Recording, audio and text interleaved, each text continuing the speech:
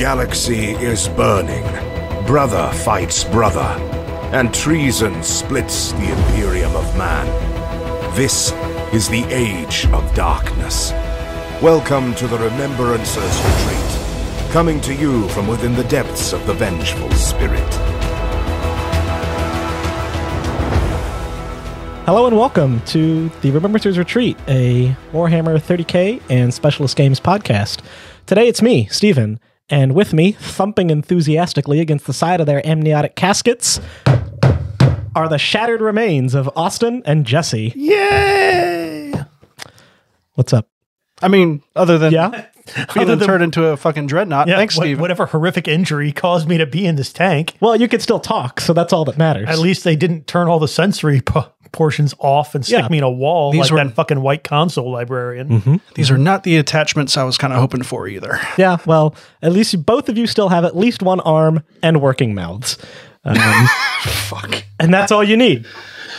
So, if Steve, you haven't guessed... you begged me to do He this did. opening. He I did. did. This was your fault. And this, yeah, okay, sorry. And this is what happens when you don't get a sense of what was going on ahead of time. You just blindly allowed Steven, of all people. I did Lost Transmissions with him. He does the cold opening every time. Yeah. I knew what was coming. Yep, and yet you did nothing to stop it. So... A man sees the oncoming train, and the middle-aged white guy that falls on the tracks. There's just no pulling him back up. You just gotta watch the accident. Yep. So if you haven't guessed, today we are doing the Dreadnought episode, the one I said I was going to do. I love Dreadnoughts. They're my favorite unit in the game. They're probably my second favorite thing in the lore. Quick, what's your first favorite? Titans. I mean, fair. Yeah, they're super cool. And really, what's a Dreadnought if not just a really small Titan? Baby's first Titan. You heard it here. Yep. So I'm going to talk a lot about Dreadnoughts moving here into 2nd edition, how the rules have changed to favor them, how you should be scared when you see a new Fury of the Ancients list get put down on the table across from you, because it's mean now. And you're just going to have to sit there and listen. And of course, you'll have the good news is you'll hear Austin and Jesse as well, unless I choose to turn off their Voxcasters. Which I think Jesse still has the main switchboard. I still have the buttons. If anything, he can shut you up. I haven't given that up yet. okay. We'll start talking about that new Space Wolf unit that dropped. Oh yeah, the exemplary battle. We'll get there. Yeah, eventually. I totally derailed this right now. But first, Dreadnoughts.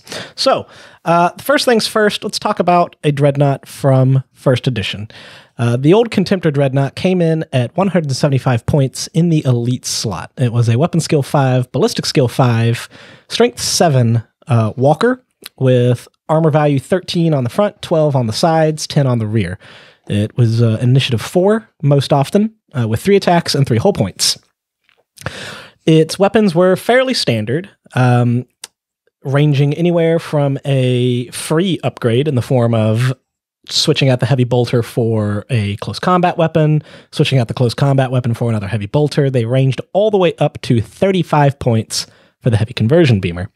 And then they could take extra armor for 5 points, a havoc launcher for 15, and it had an assortment of little weapons that you could put in the fists. Now you remember that stat line. Throw it out of your head. It's gone. Dreadnoughts now are statted more like what you would think of a monstrous creature. They are movement 8. They still retain weapon skill, ballistic skill 5, and strength 7, but now they have a toughness value of 7 and a wounds characteristic of 6. Still initiative 4, still 3 attacks, but now they have a leadership value of 9, and they come with a fancy 2-up armor save. Ooh. The times they are a-changing. Andy Hoare has heard your cries, Stephen, in the warp of why aren't Dreadnoughts as good as monstrous creatures, and has said unto ye, lo, and they are. Yeah. As an interesting side note, monstrous creatures are gone, but Dreadnoughts are still here. The weapons costs for them have changed a little bit. They still have a couple of free options they can take, usually the bolt gun or the fist.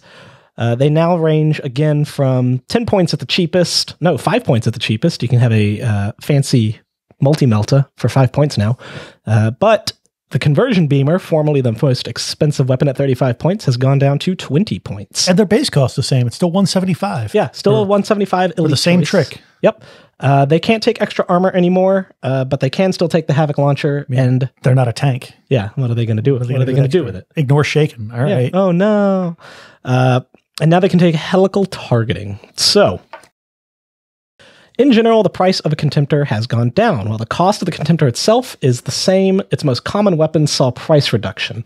The Conversion Beamer, Havoc Launcher, and the Heavy Flamer went down in price, which were its, I guess, not necessarily most popular weapons, but it was its most expensive. But its most efficient weapons, the Volkite Plasma Cannon and Carries Cannon, all stayed the same. It's not a huge deal that the Multi-Melta and the Autocannon cost went up slightly, because ultimately both of those weapons got better. Not necessarily for the Dreadnought, but just in general. For instance to instance, for the most part, the Contemptor will be fielded for much of the same cost as before. For instance, the old Fist Dreadnought, the good old double punchy. It's Power Fist and Chain Fist, 185 points, 10 points. If you want to go something expensive like the Plasma Cannon, that's only 10 points. It's still 185 points. In my Iron Warriors list, the most expensive single Contemptor that I have outside of the Revered Ancient is the quote-unquote Mortis autocannon Contemptor with 2 autocannons and a Havoc Launcher. That one clocks in at 205. You kind of are going to have to try really hard to get too high above 200 points for a Contemptor now. Which is nice. Yeah, it's great. Especially given that one comes in each box set and is therefore going to rain from the heavens of used models. Oh yeah.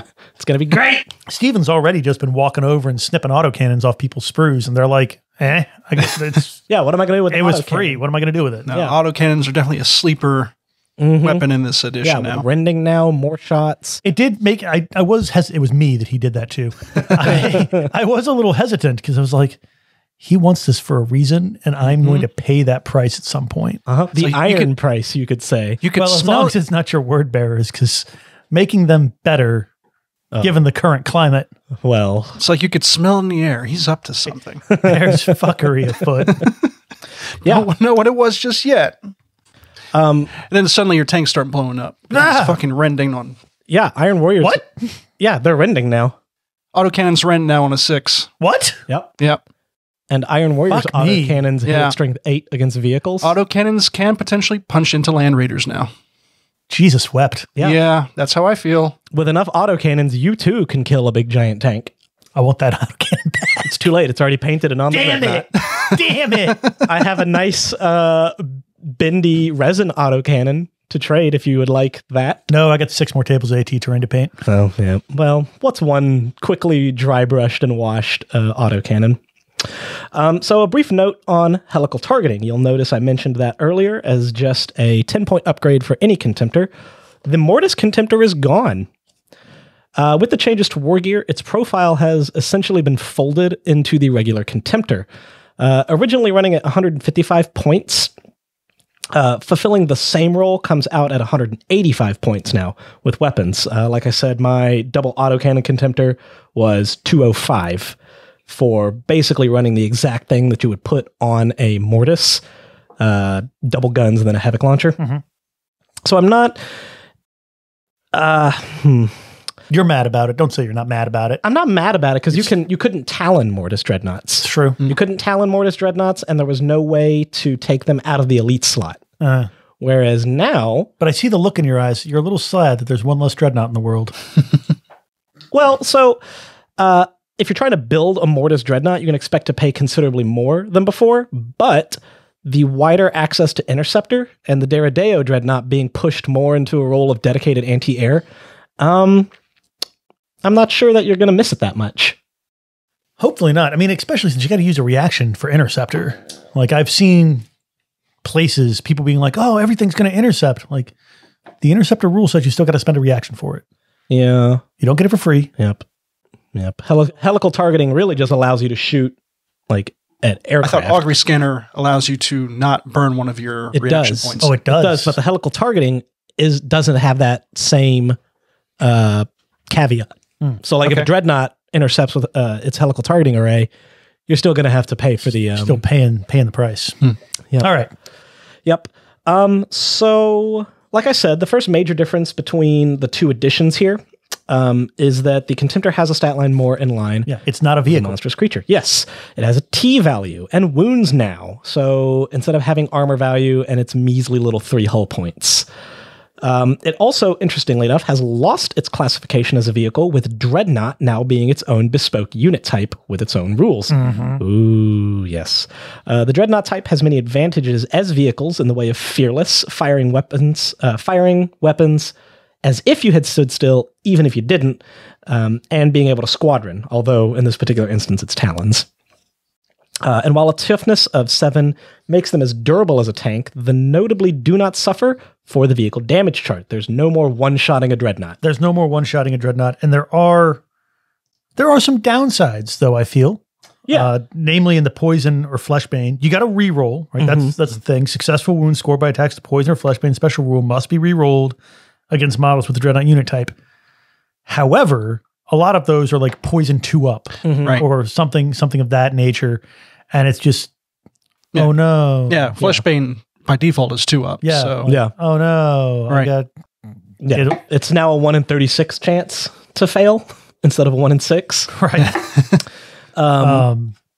Shred, too. They're more susceptible to shred, i.e. chain weapons. So, big despoiler blocks are still going to be able to put the hurt on Dreadnoughts, whereas previously you basically needed melt-a-bombs or chain fists. This edition, breaching is still a thing against them, which helps. Yeah. And things like Thunderhammers. Oh, yeah. The brutal weapons are just going to go right through them. But then again, a Thunderhammer generally did. Regardless of tank or yeah, like it didn't really matter. That stayed the same. I would disagree with that, because the Thunderhammer is basically just a power fist, and I have massed power fists against Dreadnoughts before and just watched them bounce right off. Yeah, but all you needed to do was hit it once, and you got you'd stun it into you did have the garbageness. Yeah. On one hand, yes, now they're more vulnerable to all the massed dice rolling, the shred, the poison, the fleshbane.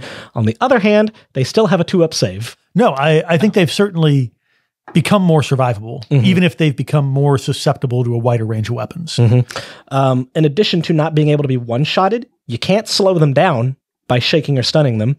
You can't blow off their weapons. And ooh, damn, I hadn't even thought of that. Yeah. Oh, that's true. No more immobilizing a Dreadnought the second it sets its toe in difficult terrain. Yep. How often did that happen? More often just than we enough. would like. Yep. Yeah, but no, like you take a Cordis Contemptor and you blow its leg off, and now it's just a paperweight. Yeah. No more of that. It's coming to get you one way or the other. But yeah, no more losing a 200-point model to a single AP2 shot. Nope, you leave the tanks for that now. Rejoice, ye faithful. So this really addresses the main weakness of the original Contemptor. For all its durability, it was still a vehicle and prone to being killed. Just pop. And now, while the Contemptor is just as prone to being damaged as a high strength or by high strength weapons as before, now it takes concentrated firepower to bring it down. And this is appealing from a narrative standpoint, as the Mechanicum Automata always played more the way that you kind of felt like Dreadnoughts should. So it's nice to see them on equal footing. I haven't looked at a whole bunch of Automata rules yet, with the exception of the Thousand Suns Magic Robot. But it's nice that Dreadnoughts feel more like... The Automata are essentially, at least in their broad rules, essentially identical to the Dreadnoughts.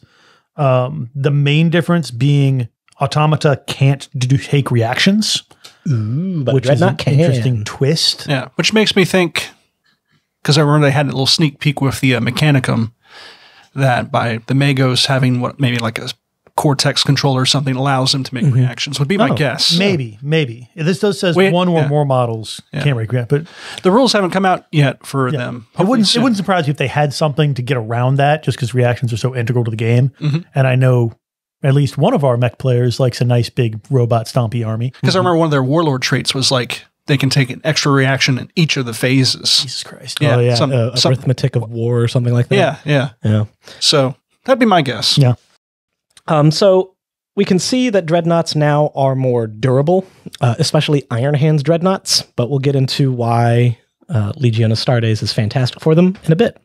The offensive power of Dreadnoughts has gone up a considerable amount. Yeah. Holy cow. So the main reason for this is the overall change to heavy weapons moving into 2nd edition as Gravis weapons. So if you're familiar with 8th edition and 9th edition, 40k, you will recognize Gravis weapons as what used to be twin-linked.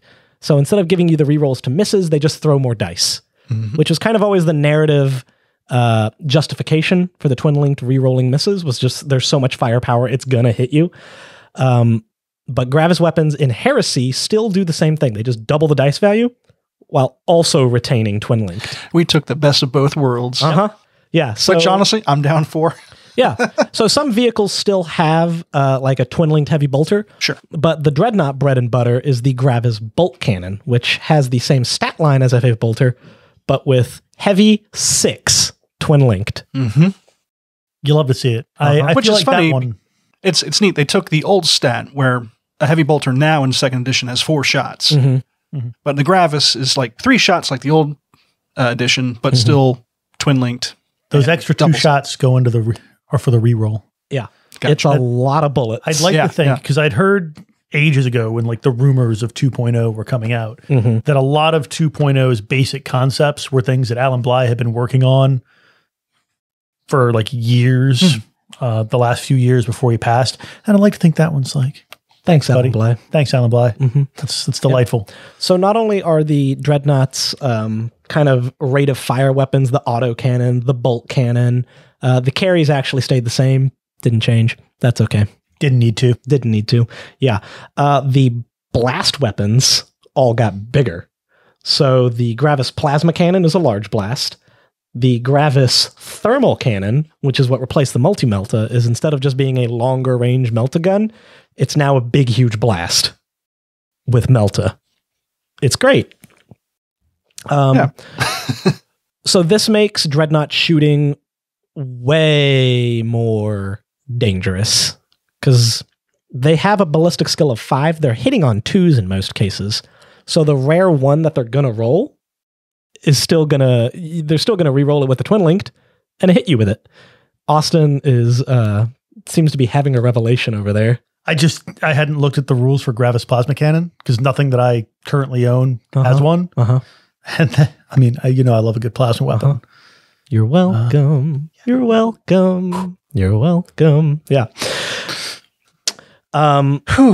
So that is good. Yeah. Bringing sexy back. The Dreadnought Power Fist has changed to the Gravis Power Fist and the Gravis Chain Fist, which doesn't hit at strength 10 anymore because it doesn't just double out a Dreadnought's ridiculous strength to begin with. Instead, it has a fixed value of, I believe, 8. The Chain Fist? The Gravis Power Fist. Chain Fist does hit at strength 10. I think the Power Fist hits at 9. Let me double check. Well, either way, they're still hitting strong enough to instant death Marines. Chain Fist is 10. 9. Gravis Power Fist is strength 9, AP 2, melee, brutal 3. Yeah. Brutal is where it's going to get you. So they don't hit at strength 10 anymore, but they don't strictly need to. They're still instant deathing Marines and characters. And brutal is going to put so many wounds onto people with battle hardened or other combat walkers that they don't need to instant death them. Yeah. I was about to say, like, they won't instant death custodes whenever they come out because they're probably going to be T5, almost certainly. But brutal 3 is rough. And those also, custodians are going down anyway. And also, you know who else is going down? Those fucking Praetors. Because before, it would swing at you and it would be strength 10, but you had your 4 up. Like, you got 50% of the time, you're fine. Yeah. They're going to hit you like twice. They're going to wound you twice. 25% chance you living through it. Yeah. Now they hit you twice, they wound you twice. Make 6 4-up saves or die. Yep. What? Yeah. Welcome to the Thunderdome, Abaddon. So I really like they've really have before in the past where they had a Chain Fist or Power Fist, it was like, wasn't a huge difference. Yeah, it didn't matter. Nobody cared. With the addition of Brutal for the Power Fist and the Chain Fist having Armor Bane and Murder Strike 5 up, they now have options. You can choose what you want to do with it. Yeah, it now feels more like a roll to fulfill rather than just, well, I have 5 points extra. I might as well get the chain fist. Yeah. Right. And if you're punching most vehicles, you're hitting them on rear armor anyway. The chain fist honestly felt like overkill in a lot of instances. The only time you would strictly need it was to fight knights. Or like a land raider. Or a land raider or something, a Spartan or cracking open a mastodon. Yeah, because I don't believe brutal affects vehicles. No. Nope. Only wounds. Yep, yep. So then it's just strength 9, AP 2, which is fine, but against a land raider or something, it doesn't get the job done, whereas the chain fist very much will. Yep. And they still put the murder strike in there to make you feel like you're Just accomplishing to make something. sure. It's like, You'll still get a job you still done. have a giant chain sword on a fucking dreadnought. You will kill something. I can't stress this enough. You're hitting them with 150 pounds of fist with a chainsaw on the end. Yeah. Yeah. And then melt a gunning whatever survives. All right. Because you can still put all those inbuilt weapons in there. Yeah. Happy days. Yeah. Well, not too happy. It's my personal opinion that for all this extra lethality, all this added durability, Dreadnoughts are way too undercosted. 185 points for a cool weapon of choice and a power fist on a T7 strength wound platform. 175 or 185 points. Allow me a slight riposte. Well, first I should say, I don't know. I've played 2 games of Heresy. The Dreadnoughts were murderous because I went after them with my Deathsworn like I always do, but Deathsworn have been nerfed, and Leviathan Siege And Dreadnoughts haven't. very much have not. Yeah. But just the fact that they have a full stat line now and that they're not vehicles makes them victim to a whole bunch of random stuff. Like, yeah, they're fearless. That's great. But now a lot of psychic powers will fuck with them. Yeah. Like the psychic power, and I haven't looked through all the psychic powers, but like there are psychic powers that are like, take leadership checks or take wound, like stuff like that. Yeah. And you know, I'm sure the demons will have shit like that too. That's true. And suddenly you're not a fearless, I don't give a shit about leadership vehicle. You're leadership 9. Which it's not bad. It's not bad, right? It's 2 points better than your normal Marine now. But we've played when Marines were leadership 9, and how often did they fail things? Yep. Psychic Shriek was still Psychic Shriek. Yeah, right. Exactly. Like, hey, if the new Psychic Shriek is just like the old Psychic Shriek, I'm gonna melt Dreadnoughts. Yeah. Melt them so hard. Yeah. And so I say, at least as a knee-jerk reaction on paper, they look really undercosted. But there's still, like you said, a lot of ways that a toughness unit is going to interact with the game at large that we just haven't seen yet or haven't occurred to us. For instance, Dreadnoughts don't have their adamantic shielding rule anymore. It's changed to what's called the adamantic deflector. Essentially, it still gives them the 5-up, which means that they don't suffer, or it doesn't go down to 6-up in combat anymore. It's great. 5-up all around. No more wondering, well, what am I, it's combat shooting? And it provides a amount of defense from instant death, which you would think, oh, Dreadnought, monstrous creature-esque thing, instant death it. Well, you can't do it quite so easily, but you do still suffer D3 wounds from instant death. So, like Jesse's Cenobium, they're swinging Tyrannic Greatswords, and on 6s, they're going right through that 2-up armor. On 5s. On 5s, they're going right through that 2-up armor. And then And I will murder say, strike on 5s. And then murder strike on 5s. you know what? Also, speaking of this, what's going to give Dreadnoughts a terrible time? Librarians. Because if you force a weapon, it doubles the strength, and you just Yep. And you can now. I read he's got to finish his thing. Oh, he was on a train. Sorry. Keep it in your head. Yeah. If you take your Dreadnought and you think, cool, 2 big fists, I'm going to wreck these Terminators, and they all pull out Tyrannic Greatswords, and they all swing, and they all hit, and a bunch of them get 5s, that Dreadnought's going down. Chopped down like lumber. We can hope. We can hope, yeah. Yeah. Most things will still hit a Dreadnought on a 5, so that weapon skill 5 is a more defensive feature than it is an offensive one. That's nice. You're not going to get quite so... No, hitting on 3s is still a pretty good offensive stat. Yeah. It's nothing to shake a stick at, but it's nice when you see someone rolling up on you with a bunch of thunder hammers or chain fists, and they're still hitting on 5s. I mean, that's what caused the Deathsworn problems, because I didn't realize that they were heavy. So like the Space Wolf thing is, if you're heavy, meaning you can't run, you get +1 weapon skill on the charge. I thought I could run and charge, And so like I didn't think, just first game messing up a rule, but they were weapon skill 4 against a Contemptor, and suddenly they were hitting on 5s. I'm like, oh fuck, I'm not going to do anything. But what I was talking about is they're also, I read somewhere, and correct me if I'm wrong, that there are weapons that are higher than strength 10, or will be weapons that are higher than strength 10. You can go above strength 10 for the purpose of wounding, I think, or armor pen.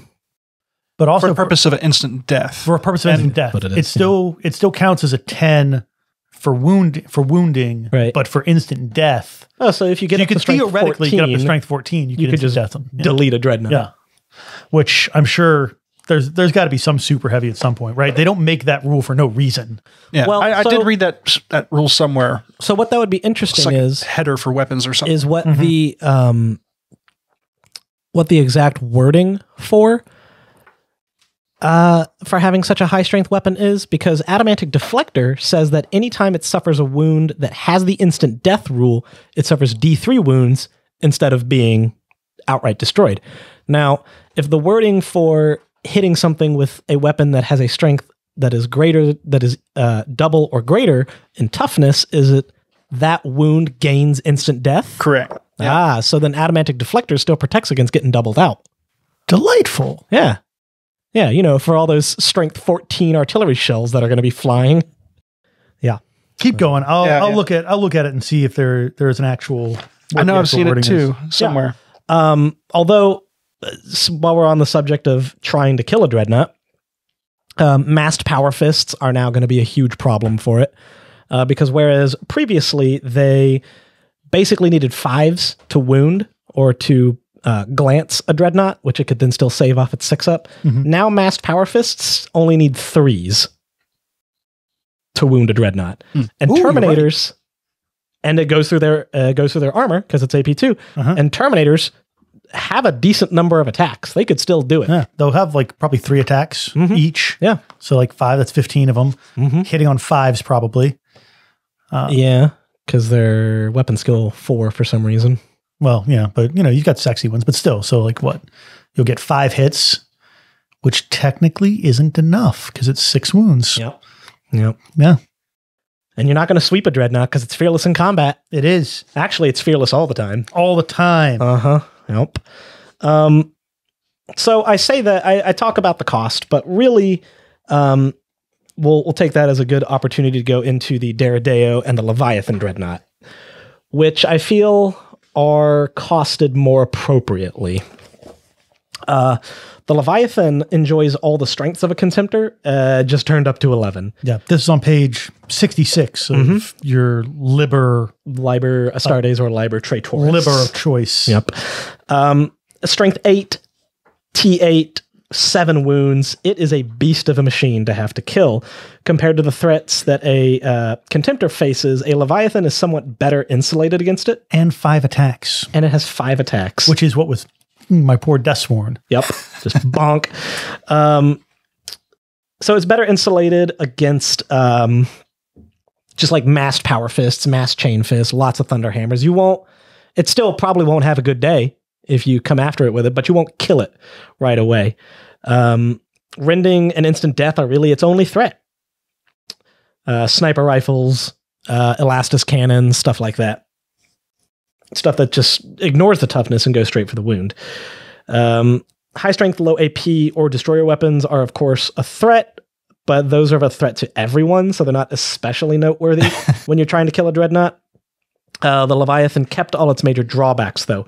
It's still pretty high in cost at 270 points, which is 60 plus over the most expensive Contemptor.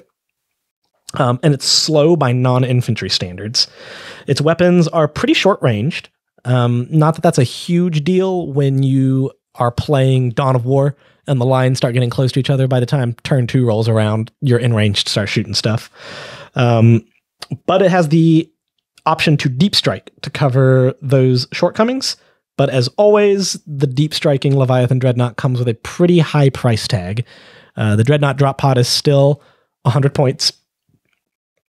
So you're looking at base a 370 point Leviathan drop. There's not much to say for the Deredeo. other than it also benefits for the simple kind of like quality of life changes that Contemptors get now. Interestingly enough, the replacement by default of its Aelios missile launcher is the Boreas defense missiles. So like I said earlier, it has been pushed into a more dedicated anti-aircraft role, but you can switch back to the big multi-rockets for 5 points, like practically free. And all of its other weapons remain pretty cheap to replace. Also worth noting, it can now be taken as a talent of 2 instead of a single Dreadnought for that slot. Instead of taking a single heavy supports choice. I'm not entirely certain that unless you're super into Dreadnoughts, like I am, that you would take a talent of 2 just because it's so expensive for things that Contemptors can do for cheaper. But that Hellfire plasma cannonade. Yeah, really, it's got the heavy las cannon and it has the Hellfire plasma. The las cannon did work for me in the previous edition. We do love an Arachnus heavy las cannon. We stand the Arachnus heavy las cannon. Exoshock is a bitch. Yeah, so now the new plasma cannonade has 2 modes: a sustained fire. It's all 36 inches, but the regular standard of sustained fire is strength 7, AP 4, heavy 6, breaching 4 up. And a maximal fire is strength 8, AP 4, heavy 1, rending 4 up, gets hot, and a large blast 5. Yeah. Yep. Yeah, a Contemptor can't explicitly do that kind of damage, but you can get a sort of cheaper poor man's Deredeo by just building a Mortis Contemptor of the same loadout. Like I said, not the greatest substitute, but if you're hurting for points, but you want more anti-armor punch, you want more Volkite punch, or you want, for some reason, double Gravis plasma cannons. Yeah. Also, Dreadnoughts all have the Legiones Astartes rule now. Yes. So many things. Yeah. So we'll get to that after the break. Life changes.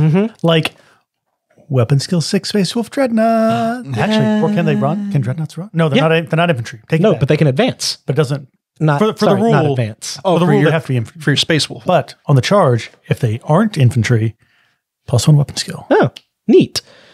So before we go into the way that Legiones Astartes now affects Dreadnoughts, we're going to take a brief detour into the land of Legion-specific Dreadnoughts. Oh, yeah, okay. There's only 3 of them, but that's okay. So there's the Marigal for Wordbearers, the Osiren for the Thousand Sons, and the, I'm not sure how to pronounce it, Incandius for Blood Angels, which is the big double fist jump pack Dreadnought. It's super cool. I think it's Incandius. I don't know. There's no soft C sounds in Latin or High Gothic. Who knows? I can't read your handwriting. Incamius? You know what? We're not going to talk about that. Yeah, just back in your tank. Oh, yeah. You don't. I don't want to have a jump pad. You don't need eyes. Candius. I don't know. Candius? Anyway. Yeah. So here we go. So it goes without saying right off the bat that all of these Dreadnoughts likewise enjoy the quality of life improvements to all Dreadnoughts. So there's no real point in rehashing that. So we'll start with the Marigal. Veterans of playing against the Marigal will be happy to know that much of what made it so horrifying is gone. Does it no longer teleport through goddamn walls? It no longer teleports through walls. Emperor preserve us. But it does have Pathfinder now, so it ignores difficult terrain and dangerous terrain. Good. Yeah. Good. Still basically the same stat line, with the exception of it having slightly worse ballistic skill, and I believe it has 1 extra attack over a regular Contemptor. No, 3 attack space. 3 attack space. Okay, cool.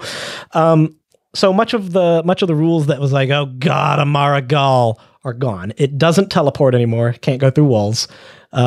Its Tainted Claw no longer forces you to reroll successful invuln saves. And if you are under T7, you no longer suffer a -1 to hit it. So it's still a slightly spookier Dreadnought, but it's not like the Nightmare Dreadnought. Points cost has gone down, which is nice. It went down over 100 points. Jesus. I didn't realize how expensive they were. Yeah, it used to be 305, I think, and now I think it tops out at 210, 205, something like that. No, it's still 240 here. Oh, 240. Okay. Then, man, it must have been almost 350. I was about to say, I think I remember you saying they were like 360, 370, how you kitted them out. Yeah, well, there wasn't much kitting to do. They only had one weapon option, and it was replace the plasma cannon with another claw. But yeah, it's nice that you don't have to spend 370 points on a Dreadnought that gets immobilized turn 1 and then stands there for the rest of the game. It was a good day. Yeah. So ostensibly, the Marigal still presents as a close combat specialized dread with a multi-wound fist and a pinning plasma cannon. So you are going to have a harder time reacting to the Marigal because it's going to hit you with that haunted plasma cannon. I believe the Warp Fire Plasma Cannon is what it's called, which inflicts pinning. But because the Marigal is corrupted, it gains Fear 1. So when you get hit with that plasma cannon and you're 12 inches away, in charge range, you're going to have to take that resulting leadership, which is real rough. We don't love that. Yeah. What's the base leadership for Deathsworn, out of curiosity? Let me double check. I don't want to be wrong on this. I've been wrong on the rules before, as previously stated. Leadership 8. Leadership 8. So, yeah. Of course, they're fearless in combat. Right. But 12 inches isn't in combat now, is it? No. What of it? Just that I can nail them with the haunted plasma cannon and watch them all put their tail between their legs and lay on the ground. Oh, no. Yeah, shuffle around on their bellies. Yeah, the warp fire cannon, 36 inches. Yep. Good God. It's it still has breaching. It is straight up a plasma cannon that pins, but it's a smaller blast. It's a 3-inch blast, not a 5-inch, which helps. Yeah.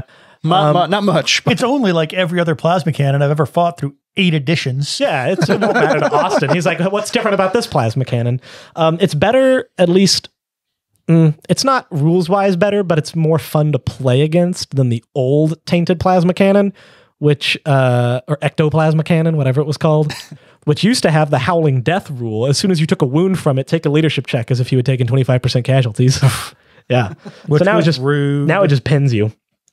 So it can switch the guns for other weapons. The Gravis weapons now make a shooty Marigal more appealing. But the ballistic skill 3 really means that you're going to want it to be punching things or slinging blast weapons. Mm-hmm. But you can't talent it. You can't put it in a drop pod. So you will just have to run it up the board. Yes, you will. Or find some way to give it outflank. Or I think if you play Alpha Legion, you can take a Marigal. And if you bring Alfarius... What is it? I think Alfarius, I seem to recall something about him being able to take deep strike 1 unit of something.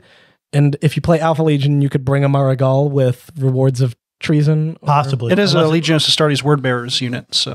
Yeah, it has Legiones Astartes. It's not restricted to just infantry or something like that? I don't believe so. Yeah. Yep. But that's the Marigal. In short, it's just a really punchy Dreadnought. It's got some sweet, spooky rules. It does have, I believe, it will not die. So it is harder to... on a 5-up, yes. I'm about to say, Jesse's nodding. We've confirmed that, listeners. It is harder to kill. I think it has Rampage, too. So when it's on its lonesome, which, of course, it's always going to be... It is. It's getting more attacks. Nobody loves it. Yep. I love it. I think it's great. Yes, Jesse's nodding. Yes, you can take a Marigal as Alpha Legion. Yep. Yeah, so you could deep strike it if you brought Alfarius, which is a long way for a small drink of water, but it's possible. Hilarity ensues. I've only played the Marigal in 1 game so far. It did pretty well. It killed 1 Contemptor, and then it charged a Leviathan, which overwatched and blew it to pieces. Leviathans are... Oh, that was our game. I remember that now. Yeah, wow. I mean, I had a Leviathan and Contemptor on that side of the board, just fighting it the entire time. But giving it a bad time. That's good. We like giving Steven a bad time. It's a time-honored Richmond tradition. It really is. Second on the special list is the Osiren Dreadnought, the big Pharaoh magic wizard in space Dreadnought. Let me get over there. Yep. The Osiren, first of all, dropped in price, which is nice. I believe most of the special Dreadnoughts dropped in price. It's no longer an upgrade to a regular Contemptor. Now it's its own bespoke unit. 200 points. 200 point. It's its own thing, so you can't upgrade regular Contemptors anymore, which I'm not certain that was... I'm not sure why they did that, unless just to make sure that the Osiren didn't interact with other rules in a weird way. Like, I think the Mortificator, used to be able to take like a posse of 5 Contemptors, and then any Thousand Suns Contemptor can be upgraded to Osiren. So you could bring 5 Osirens with the Mortificator. Something like that. I don't know. I don't play Thousand Suns. I don't listen to hip hop. So I believe I have it written down here, but then I scratched it out. It can Talon, can't it? Yes. Yes, so you can still have Talons of Osirens. Up to 3 total. But it also means that it can't be accessed by Mortificators now, and it cannot be nominated as the Revered Ancient in a Fury of the Ancients list. Can it not? No, because it specifically says Fury of the Ancients, 1 Contemptor Dreadnought. So I'm not 100% sure how this diminished access actually affects the Osiren, because I'm not really sure that it was all that numerous in first edition. I think I saw it maybe once in the wild. Like the Marigal, it's ostensibly an assault-oriented specialist by virtue of the huge Gravis Force Blade, which already hits like a Gravis weapon, but has force, so you can double that strength again. I can confirm that it does believe that a single Legion Contemptor Dreadnought Talon in the detachment composed of only 1 Dreadnought. So very specifically Legion Contemptor Dreadnought, not just a Contemptor Dreadnought or something like that. So not the Osiren, not the Marigal, not the fancy... The Marigal is too busy being demonic. The Thousand Sun is too busy with his book learning, and presumably the Blood Angel is falling out of the sky, and therefore too busy to be in charge. That's a good thing, ostensibly, because the Revered Ancient becomes quite strong. 4-up invulnerable save, all sorts of good stuff. Yeah. Which I'm sure we'll get into the Rite of War here in a bit, so I won't get into it. But I do still wish that I could put an Osiren or an Incandius as the Revered Ancient in a Fury of the Ancients list, because it would be cool. How cool is it that your HQ Dreadnought has a jump pack and just falls out of the sky? I gotta say, from a fluff perspective, superhero pose, only the Osiren really speaks to me as like a Dreadnought I would see being in charge. Like I don't know any more than I know a ton of fluff about all the friggin' legions, because I'm a nerd. Right. But to me, the jump pack Dreadnought for Blood Angels doesn't seem like especially revered Blood Angels get put into it so much as just like guys that really like jump packs. Like there's no specific reason why he should be in charge. Yeah. Meanwhile, obviously pilot got hurt and they put him in a Dreadnought. Obviously the Marigal's not going to be in charge because fuck. Yeah. But like the Osiren, like those space nerds give medals and stars on shoulders to whoever has the most book learning. More blinged out than a North Korean general. Book learning ain't for gentlemen. Yeah, that's why the Space Wolves are illiterate. We're not illiterate. We just don't write things down. There's a difference. Sure, buddy. Ostensibly. Sure, buddy. We're not illiterate. Prove it. No, I won't. So yeah, it's got that big old Gravis Force Blade. I came very, very close to spitting this beer all over my new rulebook. Unlike the Marigal, though, the Osiren's Ballistic Skill 5 and access to the full Contemptor arsenal, as well as psychic powers, means that it can still be a meaningful gun platform. Minor Arcana only seems situationally useful on the Osiren, with the exception of the Raptora, because a 4-up invuln save is never not useful. So, like I said, punch stuff with the Osiren, but if you really want to sit back, does it get any of the regular psychic disciplines? I believe it can take 1. You can take a single minor arcana for 15 points.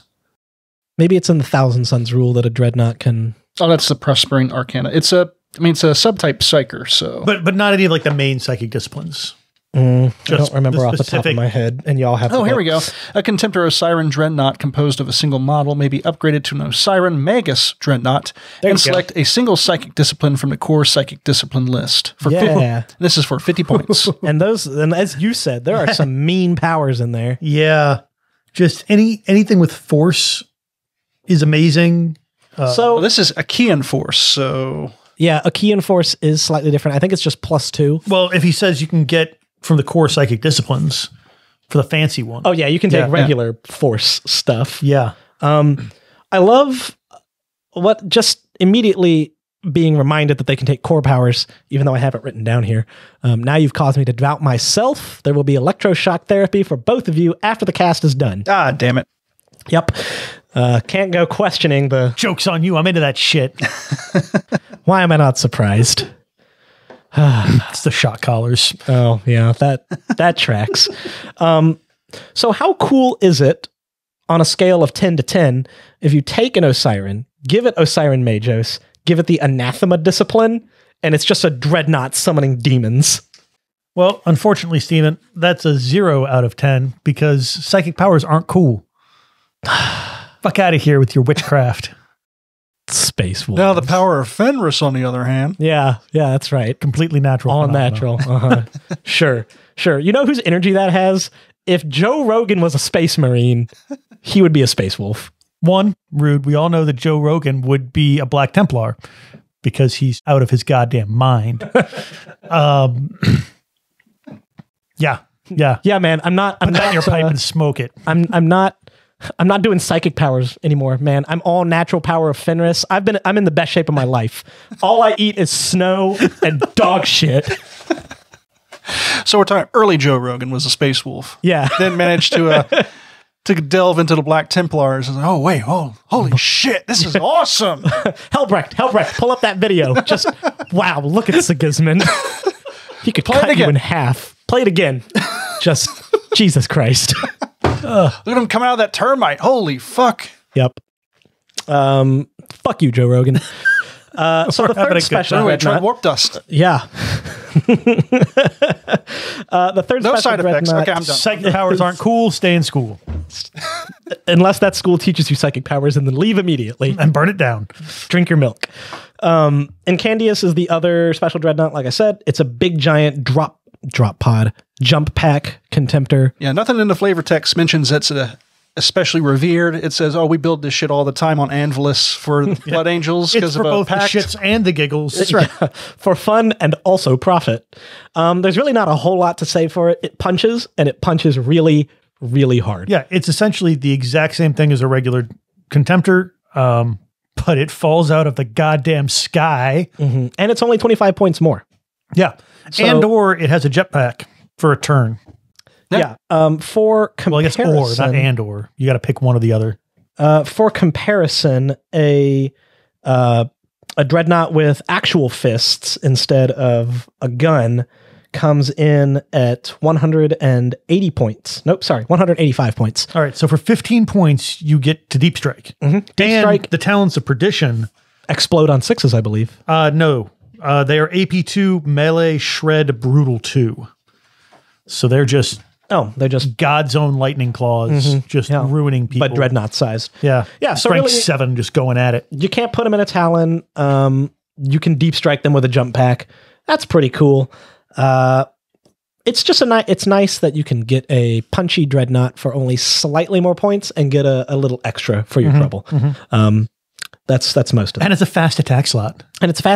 Yeah, instead of elite or heavy support or... Which, can I just say, that makes Blood Angel... I know we'll get there, but makes Blood Angel Fury of the Ancients even funnier. It's great. It's great. So we're going to take a brief break, and then we're going to get into Legiones Astartes, or Dreadnoughts and You. Once again, thanks for listening to another episode of the Remembrancers Retreat. If you'd like to support our program, go to patreon.com/RR30K podcast and become a patron today. And as always, we'd like to thank all of our patrons, starting with our Praetor tier, Alex Self, Captain Sasquatch, Chap Lanasar, Chris Mack, Garner.Tree of Woe, Joe from Music City Heresy, Luke Rizzuto, Matthew Boyce, Michael Tisdall, Mr. Baldwick, Nick Quenga, Rena the Floof, Sar Luther, What's Ligma, and Zachary Thompson. Our Legion Centurions, Aaron Maynard, Andrew N., Dave Jones, Duncan, M. Tanzer, Gorecrow, Matthew Andrasio, Nick Hjolda, Richard Bork, Scott LeMay, The Zoid, Void Imperatrix, and Winter.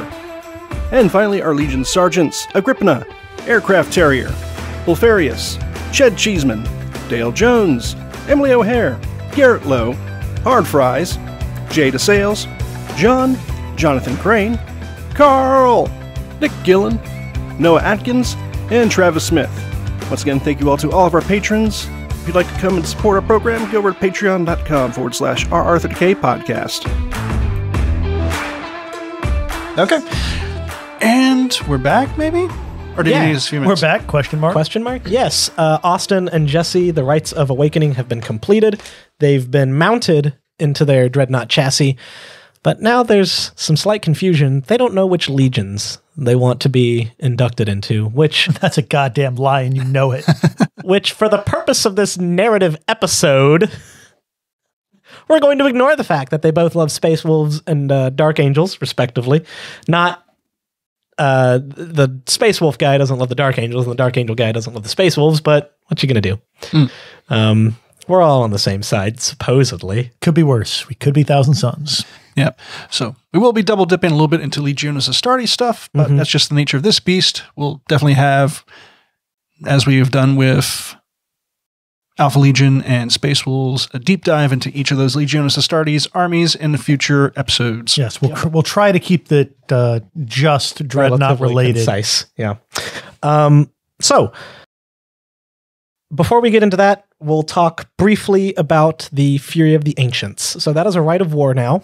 Well, it was a rite of war in first edition. It was a little janky, but if you loved Dreadnoughts, that was the rite to take. It made Dreadnoughts troops, Legion Dreadnoughts, which are now called Castroferum, which do exist, but in Legends, don't worry about it.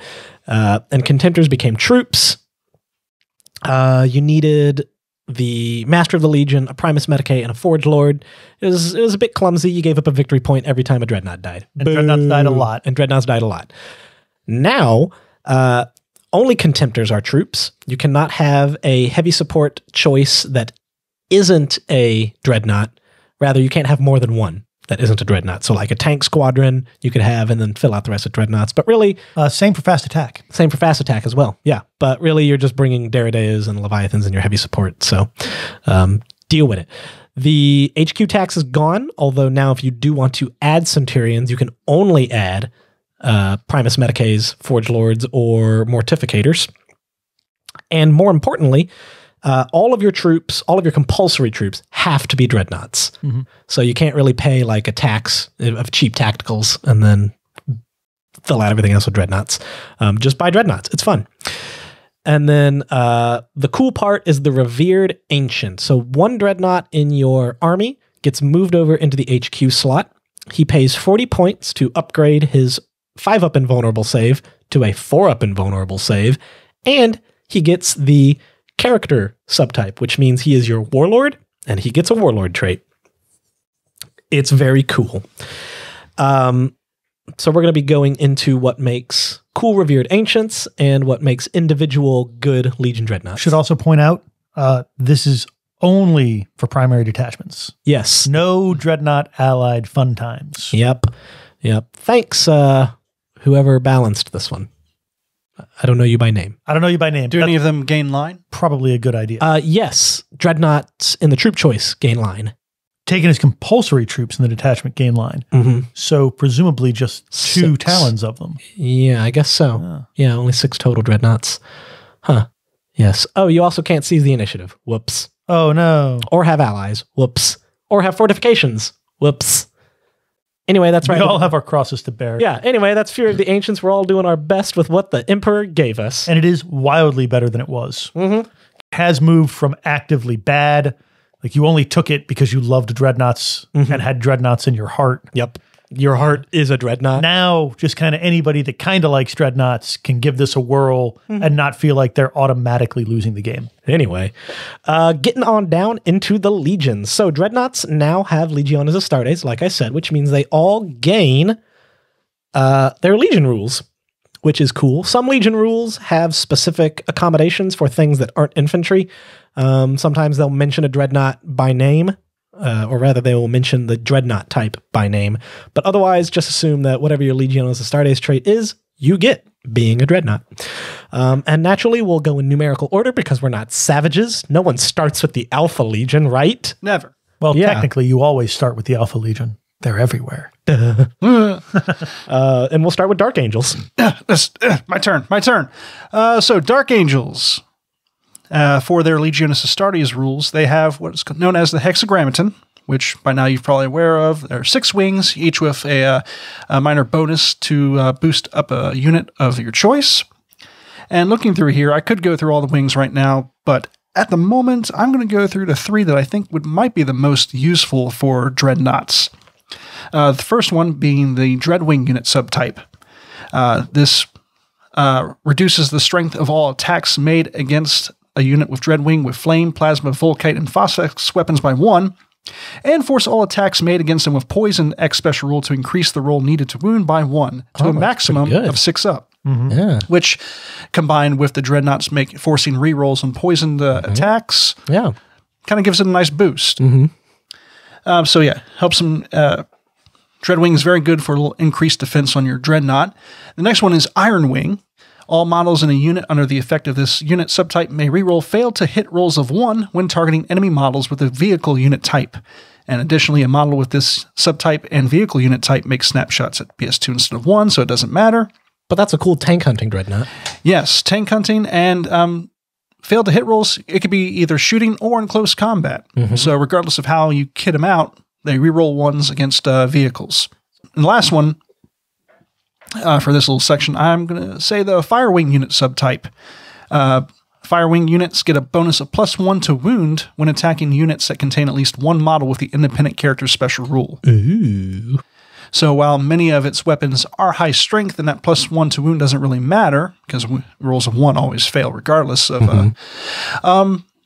if you want a little extra security, if you have a little bit lower powered weapons... Yeah, I mean, your bolters are going up, your heavy flamers, your little inbuilt weapons. Yeah, and it should be noted is a +1 to wound, not a +1 to strength, so you're not topping off your autocannons at strength 8 and insta-gibbing a bunch of Terminators. I was just about to say, that'd be great, because then your Power Fist is strength 10, but no. No. Womp, womp. But yeah, those are the 3 I feel fit mostly for Dreadnought types. Is there any cool Warlord trait that you would pick for your revered Ancient?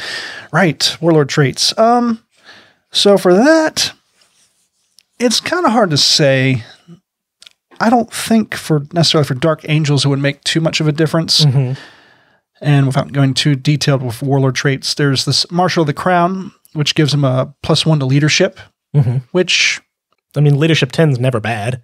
No, but when you have a bunch of Dreadnoughts that are typically fearless, Yeah. not a huge deal. But also allows you to, any Dreadnoughts of a certain wing, or I guess any units with a certain wing, will either get a bonus reaction to the assault, shooting, or movement phase, depending on which one you choose as your Warlord. It seems like the wing rules for Dreadnoughts are kind of so situationally useful for them that it wouldn't be such a terrible idea to just make your whole army 1 wing and then use Marshal of the Crown to make sure that everybody gets that extra reaction. Yeah, and like I said, we'll delve into Dark Angels more in the future, but I feel like that is kind of the way to go with Dark Angels, which kind of makes me sad a little bit, but I can also see why. Yeah. But focusing on a single wing is your best bet. Yeah. But anyway, we'll talk Dark Angels in the future, and I think that might be the best one you'd get. Cool. Moving on to Emperor's Children. They're fast. You know how they work. Emperor's Children benefit from any turn in which they are charged or make a charge themselves. They hit with +1 initiative. Not super, it's not game breaking for a Dreadnought, but if a Dreadnought can walk in I-5 and gib out a handful of Marines before they get to swing back with high strength weapons, grenades, and bombs, then he's going to have a better day. What makes this great is that you're better than your opposite number. So you can go charge the other Dreadnought, punch it to death with your brutal 3 Power Fist, and just not get hit back. Additionally, an Emperor's Children revered Ancient, by virtue of having the character subtype, can buy surgical augments. He went to go see Fabius before he walked out onto the battlefield. Sonic Shrieker is probably my favorite one. Because most stuff is already only hitting a Dreadnought on a 5 to begin with. The Sonic Shrieker imposes a -1 penalty to all hit rolls. So imagine only hitting a Dreadnought on a 6. I will not. Just the Dreadnought screams at you, and then you can't hit it. Models which are immune to the effects of fear are not affected by this modifier, so don't go charging into fearless dudes. The Sonic Lance is also a cool way to increase the shooting power of your Dreadnought. It's a template, strength 2, assault 1, breaching 6, pinning. It's not nothing. It's cool though. And if I was to make a Rite of War, if I was to do a Emperor's Children Rite of War, with Dreadnoughts. I wouldn't actually do any of these traitor Warlord traits. What I would do is take the Loyalist-only Martyrs of Istvan and run my Revered Ancient as Rylanor. A Warlord with this trait and all models with the trait that he has joined gain a bonus of +1 to all hit rolls made while locked in combat with an enemy unit that has any version of the traitor allegiance. So yeah, you're still hitting other weapon skill 5 dudes on 3s, and if you Sonic Shriek them, then they're hitting you back on 6. So that's pretty cool. Yeah, and then they have their... Sorry, go ahead. They have their perfect counter reaction for better punching things and shooting things before they get punched or shot, which is cool. We're going to flip forward here. Iron Warriors might have the best Contemptors. Yeah. I thought we were going in order. Iron Warriors are 4. Emperor's Children is 3. White Scars are 5. Oh, we'll edit that out in post. Yeah. Sorry. Yeah. This is why you've never won the trivia night. Yep. Don't even know Legion numbers. What you gonna do? Those fucking Roman numerals, man. They're all confusing. Letters shouldn't pretend to be numbers. Numbers shouldn't pretend to be letters. Damn, we're all sitting around the table. I thought we were going back and forth, and you're the only one. You stole my Hereticus book, so. Well, I'll give it back here in a minute. Go, do it. So Iron Warriors, like I said, potentially might have one of the best sets of Contemptors. The +1 to attacks against vehicles. Their Legion trait gives any shooting attack or close combat they make +1 strength against vehicles, dreadnoughts, fortifications, or automata. Makes them very cheap tank hunters, especially considering you can give them some of the cheaper high-strength weapons like autocannons and just lay down ridiculous amounts of strength 8 fire. And with ballistic skill 5, they're gonna hit. They have graviton mauls that they can replace their fists with. Not super certain that that's worth it because it just takes away brutal and adds haywire instead. I mean, one of both doesn't hurt anything, but yeah, it doesn't seem like a... Yeah, so nothing that I would want to pay points for. Yeah, I mean, it depends on what you're doing, but yeah. For 5 points, they can replace any Gravis bolt cannon, which they already get for free, with a shrapnel cannon, making it an outstanding choice if you really want a lot of pinning. It's the exact same profile, it just adds pinning. And I will say in this edition, you do. Yep. Making it so that unit can't do reactions. Turning off reactions is a huge deal. Yep.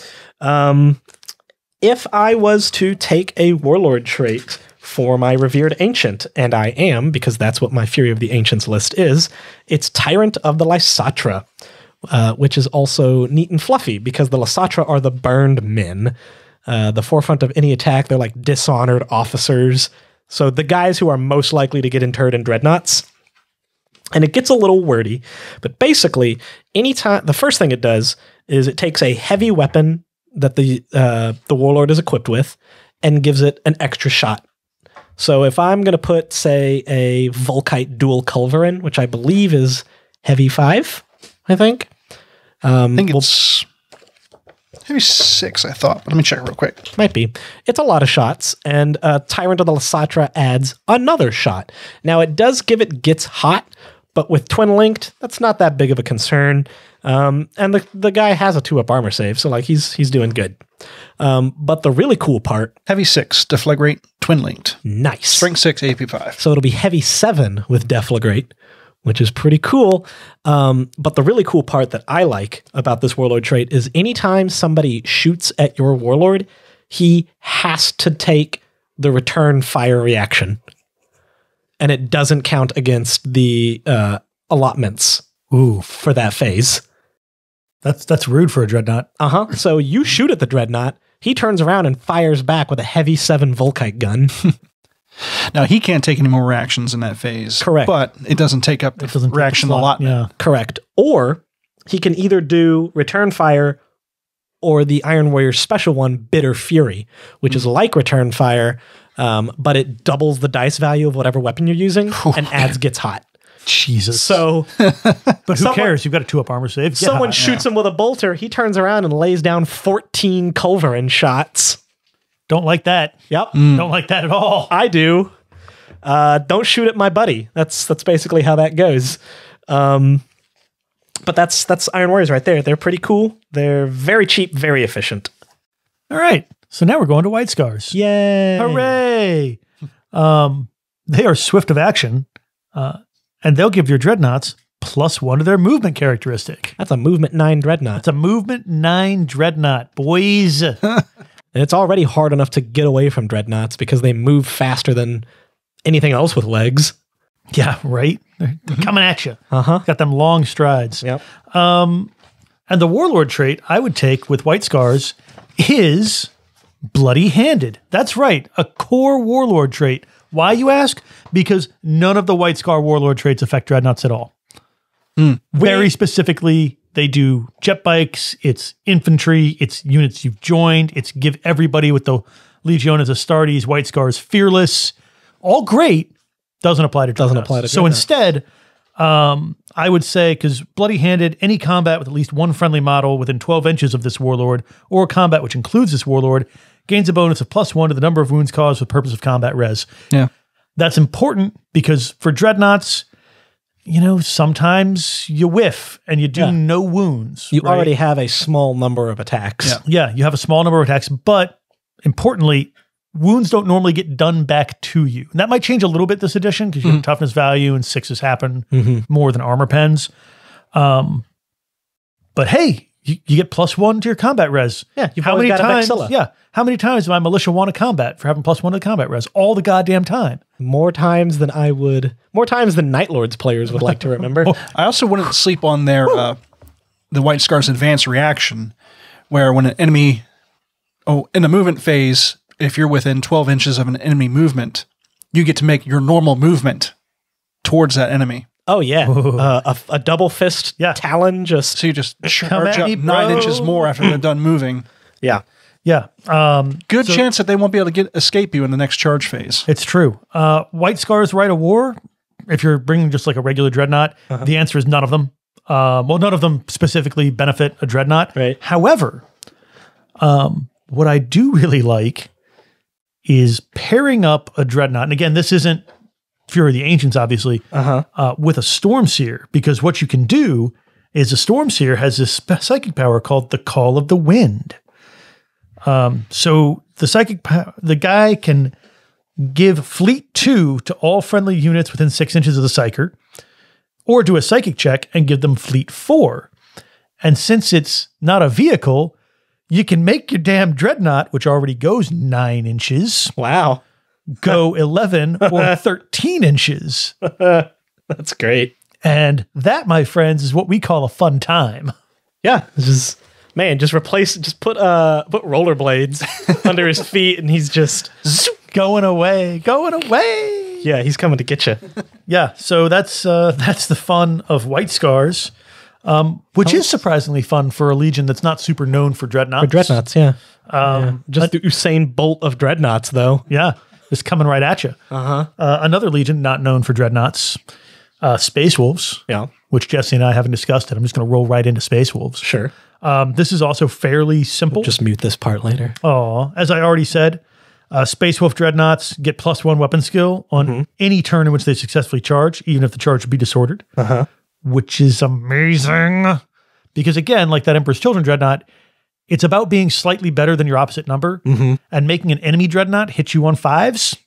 It's pretty good. Yeah. You're suddenly If you going can to somehow make somebody else weapon skill 3, they're only hitting you on 6s. Yeah, right? Like and just, basic Marines, you're wading into them. Yeah. It just makes life a lot better. The Warlord traits, there's really only one that works for it. Howl of Mordecai. You can give your Dreadnought +1 strength if they successfully charge.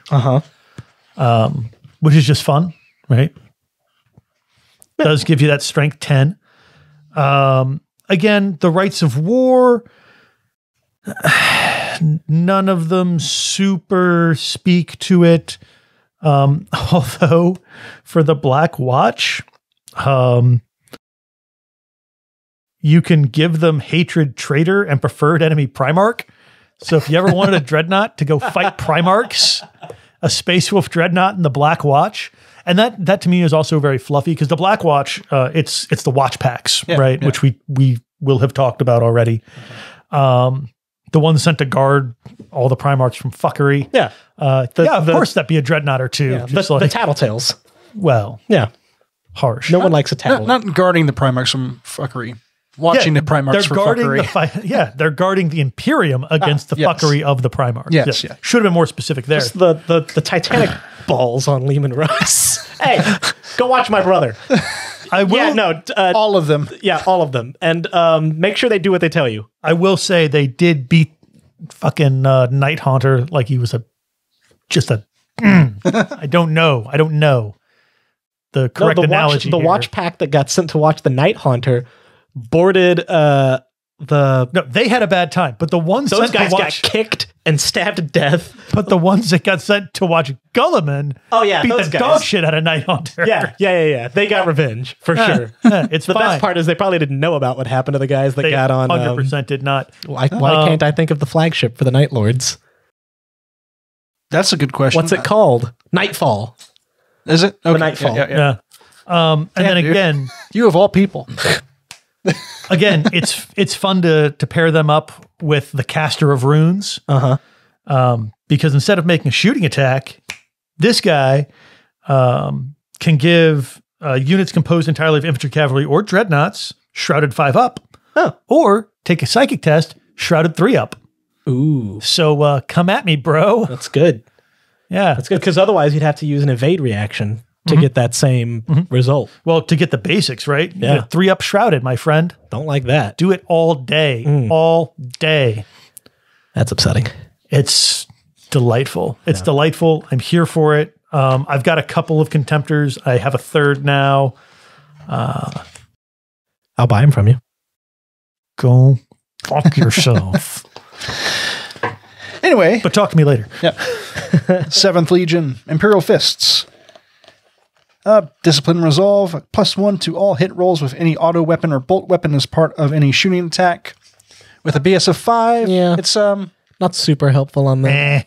Yeah. I guess it does help if for some reason, like if you've been blinded, then that's true. You're going to hit on 5s instead of 6s. Yeah. But other than that, not a whole lot of usefulness from that one. Yep. Typical Imperial Fist. The other two for Warlord traits, I'll say, also, the best defense advanced reaction is really good. Yeah. Where to move within 10 inches, they charge you. Just kidding. Yeah. P.S. Space Wolves has a better version of this. Yeah. We talked about it already. Yeah, we'll dig into that a little bit more. For Warlord traits, Solar Marshal is kind of neat. A Warlord with this trait in all models and any friendly unit that the Warlord joins gain +1 to the weapon skill characteristic when locked in combat with 1 or more enemy units that have the traitor allegiance. Oh, yeah, that is pretty good. And they may make 1 additional reaction per turn during any one of the phases as long as the Warlord has not been removed. Oh, look at him. And the other one is Architect of Devastation, I feel works out really well. This Warlord and any unit that he joins with the Imperial Fist special rule may reroll failed hits of 1 as long as the unit is entirely within an area of terrain that grants a cover save or embarked within a fortification. Okay, that's pretty good. Oh, God. So if you have like a gunline dreadnought and you just want to pop them in there. Yeah. I mean, you don't necessarily, there's, like I've said before, the changes to Gravis weapons make Mortis dreadnoughts more appealing. So you just stick your favorite gun on that guy and stick him behind fortifications and just let him go. Yeah, and if you don't, for some reason, have a twin-linked weapon. Yeah. I have made a horrible mistake. Uh-oh. What'd you do? I have made a horrible mistake. You played Space Wolves? No. I made a horrible mistake in forgetting completely about Hunger of the Void. Yeah. As a Warlord trait, you can give a Dreadnought with Fury of the Ancients. So sorry to pause and go back, but this is the Dreadnought Warlord trait. This is Austin's reaction. Yeah. A Warlord with this trait gains an additional wound at the end of any assault phase in which he has inflicted at least 1 unsaved wound on an enemy model. Oh, for fuck's sake. Well, this cannot increase the Warlord's wound characteristic above the starting value, but if this effect is triggered while the Warlord has the maximum possible number of wounds, he instead gains, and I quote, +1 attacks and strength until the end of the controlling player's next turn. Whew. Yeah, That's a pretty good one. that's scary. I don't know what I was thinking when I was skimming through these again. It's just like, oh yeah, Warlord, but that's a Praetor. Like what benefit does that give a Dreadnought? The Dreadnought is the Warlord. Yeah. I might need some more Dreadnoughts. It's fucking illiterate ass space wolves. Find me a better Warlord trait for a Dreadnought, though. You find me one. Tyrant of the Lasatra is really good. We'll get there. I already did it. Then you're wrong. That's the Iron Warriors one. Wait. You can't. Oh, no, that is a Warlord trait. Yeah, it's a Warlord trait. Yeah. Yeah. Because I was looking through, I know we were talking a few Rites of War, but we were when you've focused got on the... Yeah, we're focused on the Fury. Yeah, but when you've got 6 wounds, getting one back or becoming strength 10. And it's already hard enough to take wounds. That's pretty nasty. Yeah, you're only taking a couple wounds off a turn, and he's murdering the shit out of people. Yeah, I mean, you have to shoot him to death at that point. Yeah. Good luck. I'm more confident about being able to kill a Dreadnought at range than I am in combat. That's fair. Absolutely. Which I feel is kind of a new twist. Because before, I mean, it would hurt, but you could always rely. Like if you got in there with a unit that could kill Dreadnoughts, it would kill Dreadnoughts. Reliably. Yeah. Now, not so much. No. Imperial Fist Rites of War specifically call out certain units and infantry, so they don't really affect the Dreadnought in any way. But anyway, regardless, also the Lassus Assault Cannon, can they take it? Yeah, they can replace the heavy flamers, can't they? With inbuilt They have to have cannon. infantry unit type. No more Dreadnoughts with cannon fists. Oh, no, any model with Dreadnought or vehicle unit type may exchange heavy flamer for 20 points. Oh. So Assault 4 running 6 up malfunction. Yep. That's pretty cool. Yeah, a nice little punchy a shooting punch for double fist Dreadnoughts. And malfunction makes the weapon gets hot during a reaction shooting attack. So anyway. Yes. So 7, now 8th Legion. Yeah, Night Lords. I really enjoy Night Lords Dreadnoughts, not only from a modeling perspective, but because they have one of my favorite Legion traits, which is talent for murder, baby. And you know it, you love it. If they outnumber their opponent in the shooting phase or the close combat or in assault, they get +1 to hit, not to wound. That's changed. But they do get +1 to armor penetration rolls. Yeah, that's cool.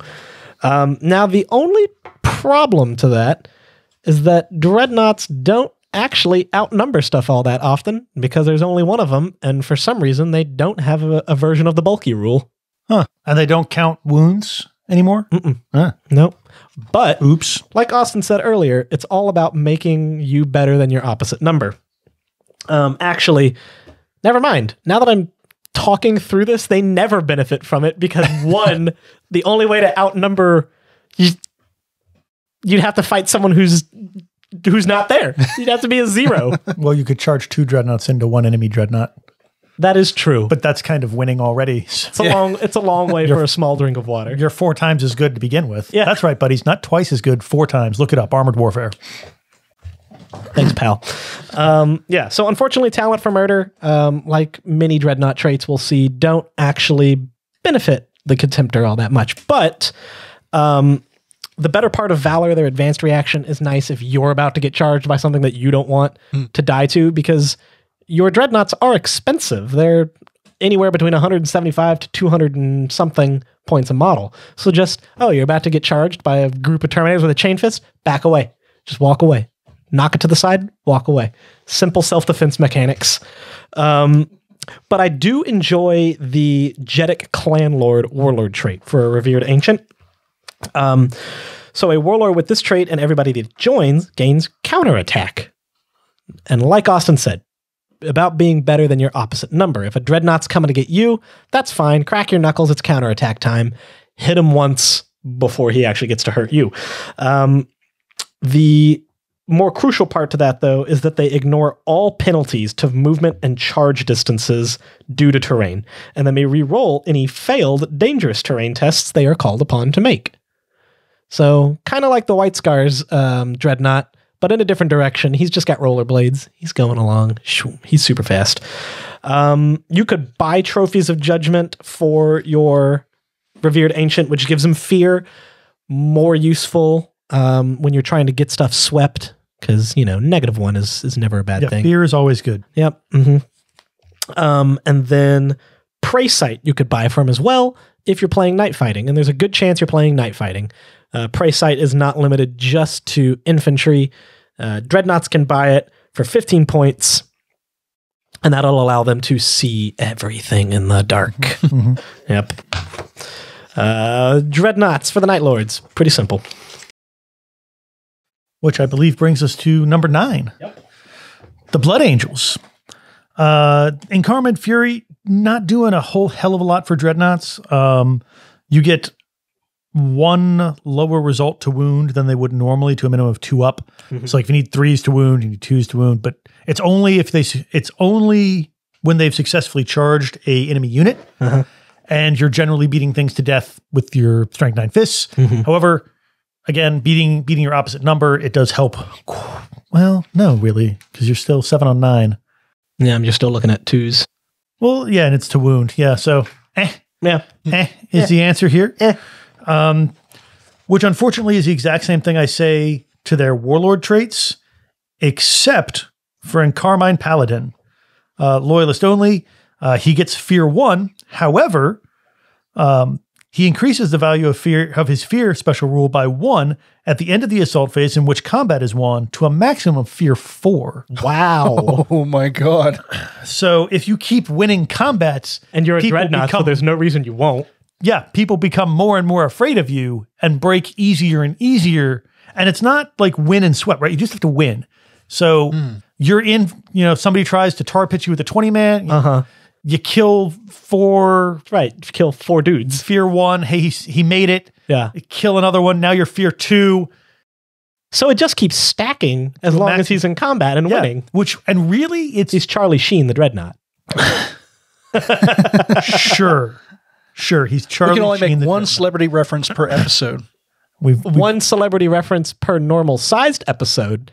We've gone past an hour at this point. We're in for 2. This is true. And you wasted it on Charlie Sheen. Fuck you, Charlie Sheen. Jesus Christ. Only the hottest it's that or the King of Spain again. Only the hottest takes here in the Vengeful Spirit. Christ. And also you get another reaction during the assault phase, which is always funny, because Overwatch is always funny. Yeah. Especially because, Blood Angels can replace those heavy flamers with Elastus assault cannons. Yeah, they can. 24-inch, strength 6, AP 4, assault 4, rending 6. Yeah, so some dudes are coming at you, just overwatch them with assault cannons. And malfunction. So if you try and do it during the assault phase, you get hot. Whoops. Which is just funny. No, it's better than gun breaking. It's true. Their Rite of Wars, again, none of them really speak to Dreadnoughts. However, the big kicker here for the Fury of the Ancients Rite of War is that they have a Dreadnought in the fast attack slot, which just means you can bring even more Dreadnoughts. Yep. I don't know how many points you would need to fill out, you can 6 troop choices. And then you've done your 9 heavy support choices where you need to fill up your fast attack to get more Dreadnoughts. You can fit 17 Dreadnoughts of various classes in 3,000 points. Yeah, so without any Legion, and that's with Legion special upgrades. So yeah, but that's even more than that. You're talking like 5,000 points before you really need to break into your fast attack slot, but you can do it. Yeah, if you really wanted to. You're playing a mega battle, be Dark Angels, and just everywhere. Dreadnoughts everywhere. Dreadnoughts for days. Yep, weeks even. Yeah, this is the one advantage of being Team Edward. That's right. Rolling those 2007 references. I hate watched the entire Twilight trilogy between yesterday and today. You're a worse man than I. So I've never seen it. That's no surprise. I just playing Space Wolves, you get a lot of that. The werewolf. But yeah, that's Blood Angels. It's short, it's sweet, it's sexy. Be fearful and have lots more Dreadnoughts in your Fury Which you would Rite of War. would be the Night Lords thing. Be fearful. Yeah. But in Carmine Paladin isn't playing games. They're like, hey, look at how noble and heroic these Blood Angels are with their Angel Primarch. And why is he why is he drinking the blood? He's drinking blood and eating why is it? Is there, speaking of which, the Blood Angels have a really cool Warlord trait. Would that benefit Dreadnoughts at all? Not really. Just for theme? Well, I mean, a little. The Warlord, you have to successfully charge, or you have to charge an enemy if you're within 12 inches, and then you get +2 attacks in the charge. +2 attacks so it's not terrible. Nothing. Yeah. But it's just 1 extra attack for charging. Okay. I mean, it's fun. It's fluffy. Right. But just becoming like fear incarnate. Right. Is just so much better. So much more fun. Yeah. For a Dreadnought. Yeah, sure. Now we get to the Iron Hands, I believe. And they're the ones that make Dreadnoughts a little... Yeah, so with the Medusa scales. Phew. Yeah. All shooting attacks made against a model with this special rule that does not have the vehicle unit type suffer a modifier of -1 to the strength of the attack. Yikes. So yeah, vehicles gain, it will not die 6 up, which is nice. Yeah. But I mean, that's a T8 Contemptor or a T9 Leviathan. Effectively. Wow. I mean, yeah, well, sort of effectively.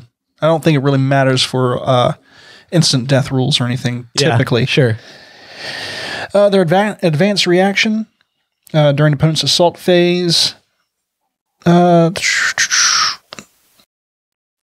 make a shooting attack with twice the normal number of attacks, but gets hot special rules, so very similar to... kind of like Bitter Fury. Yeah, yeah. So, nice.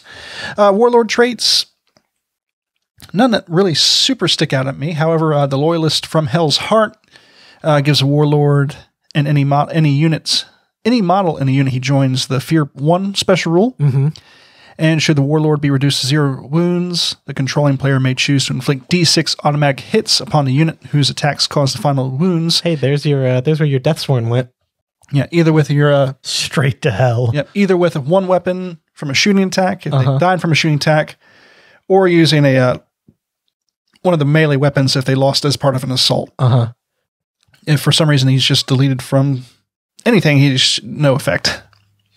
Interesting. Yeah. Eye of Vigilance gives you preferred enemy loyalist, which can be handy. Okay, yeah. You can always go with preferred enemy. Yeah. Yep. And Silver Iron Will. You are never affected by special rules or effects at lower characteristic, which, as a Dreadnought, generally speaking, should be okay. Well, but the Medusan scales for the... Yeah, you're not getting a whole bunch of benefits from Iron Hand's other stuff, but Medusan scales on its own... They are tough. Is really tough. And you're going to have a bad time. Again, short, sweet. Yeah. Next, we're going to go with World Leaders, which I think also might have some of the best Dreadnoughts. Because World Leaders Dreadnoughts can benefit from almost every part of World Leaders rules. Oh boy. So Violence Incarnate is their thing. They get an extra attack when they charge, even if it's disordered. So effectively 2 attacks, normally 1 attack when disordered. That's never not good for Dreadnoughts. Their Cloaked in Blood is probably the Warlord trait that I would take for Revered Ancient. I'm not sure if you would call him a Revered Ancient at that point. Maybe just Berserker Ancient sounds more fitting. Out of his goddamn mind. But any model that doesn't have World Leaders, Legiones Astartes, must reduce its leadership by 2 while locked in combat with this Warlord or any unit that includes the Warlord. He basically has Fear 2. Except it never goes away, and even dudes who are fearless still suffer the effects. So that's pretty cool. You can make a Warlord. You can make a World Eaters. Oh nope! They have to be an independent character. Never mind. Womp womp. They could. It would have been cool if you could make a Berserker Contemptor, but alas, you cannot. Kaderi weapons, that's about it. Yeah, so they're just real punchy, and we already know that you can fit anywhere between 17 Dreadnoughts of various classes into 3K Fury of the Ancients. So if all you did was run Contemptors with fists, you could probably rough estimate anywhere between 20 to 23 Dreadnoughts. Just You can't kill them all before they get to you. It's impossible. Yeah. So that's real fun. It's kind of annoying that you can't give Dreadnoughts Berserker, because on the next page where they show World Leader's vehicle heraldry, there's a Contemptor Dreadnought named Styvath the Berserker. He's there. He's got 2 claws. It's there, written on the tin. What more do I need? What more do I need? Although I guess if you were to give a Berserker the Raving Madman rule, that'd be a little crazy. Because any model making a to wound roll in the assault phase against a unit composed entirely of models with this rule reduces strength by 1 when determining the score required to wound. So it's the opposite of the Blood Angels trait. But you always hit them on a 3, regardless of weapon skill. So, yeah, I could see why you can't do it. But still, don't call it a Berserker Dreadnought if I can't make them Berserkers. Anyway, that's what's grinding my gears today. Sorry. Oh, you're fine. Oh, yeah. All that paperwork is so shitty. Right? Speaking of paperwork, the Ultramarines. The Strength of Wisdom. That's their special rule. It is utterly fucking worthless on Dreadnoughts. You heard it here first. You get +1 to hit if the enemy's already... You're BS5, it doesn't matter. No, it helps if, for whatever reason, you're suffering from ballistics penalties. Don't care. Worthless. However, what's super great is their advanced reaction, unity of purpose. If you get shot at, as a reaction, once per battle, like all of these, instead of just shooting back, you can shoot back, and a buddy can shoot back. Oh, neat. Which I think is great for Dreadnoughts because they normally don't have a ton of way to fire. Or if they do, it's like, this is my shooty Dreadnought, and you can have shooty Dreadnought fire in support. We'll say Dreadnoughts and all you need really shine in reactions. Yeah. Which remind me to go back. It doesn't seem to be like an enemy within a certain range or anything like that. You just beat people to death, which is great. I also like, for Warlord traits, the Burden of Kings, Loyalist only. When 1 or more wounds have been allocated to a Warlord with this trait, whether saved or unsaved, you get It Will Not Die. 4 up. Nice. And Fearless, which you don't care about in this context, but it's good like that. Like that, Aegis of Wisdom, not important. Pride's Dark Power. You're already such a high toughness to begin with. Yeah, well, yeah. So like, you become toughness 9 instead of toughness 7, which can be funny, right? Because I think that puts you out of damage range of like heavy bolters and stuff. Yeah, but it's only once per game, isn't it? Once per battle. Thunderhammers now wound you on a 5 instead of a 4. Yeah, I guess it would be really useful when you inevitably get stuck in with someone you don't want to be in combat with. Yeah, when you inevitably get jumped on by that squad of Terminators with Power Fists or something like that, you can do this and laugh at them. If you're a traitor Ultramarine, and all of them are, I'm looking at you, Imperium Secundus. The Rite of War, again, utterly useless. Logos Lectora. Infantry. All infantry. However, I will say Burden of Kings, hilarious. I do like that a lot. And the advanced reaction is fun. So, speaking of advanced reactions, I should have mentioned the World Leaders one. The Savage Tide is a little bit bonkers on a Dreadnought. It's only going to be used once, so like make it count. But when you are shot at, all models in the reacting unit gain Feel No Pain. And then, when the shooting is done, you charge. Hilarious. So, that's pretty great. Death Guard. Death Guard don't get a ton of benefit from the Remorseless special rule. Or, sorry, Dreadnoughts under Death Guard don't get a ton of benefit from the Remorseless special rule because they basically already have it. They can walk and fire heavy weapons as normal anyway. They don't really benefit from Remorseless Advance because they're already fearless, so it's not like they're going to need to pass a leadership check to avoid falling back or or pinning. The only useful warlord trait, really, is probably Blood of Barbarous, which takes Rending, Murderous Strike, Poison, or Fleshbane, and takes whatever X value they have, and normally this is going to apply to like Poison and Fleshbane, and bumps it up to 6. So you're only poisoning them on a 6, which you then have to reroll. Still only Rending them on a 6, still only Murderous Striking them on a 6. A lot of stuff already, Rending and Murderous Strike pretty much already do that on a 6 anyway. But say like, Inner Knight's Cenobium, do it on 5s. There are a few Rending out there that are doing it on 4s. So it's nice little piece of insurance from some of your bigger threats. I've gone over the Reaping before and how much I like the Reaping in conjunction with Dreadnoughts, because you can take heavy support squads as troops, and that frees up a lot of your Dreadnoughts for some of the more esoteric heavy weapons like conversion beamers, or you just put them straight into fists. And that's pretty cool. They can take alchem munitions, which is basically just a Fleshbane gets hot flamer, so they can have fancy poison fists. But that's really about it for Death Guard. Although you can take toxin bombs on your revered ancient, which reduces the strength of anyone charging you by 1. Rude. The strength or toughness? Strength. Oh boy. Yeah. Rad grenades will do it for toughness. Oh. Which I don't think... Yeah.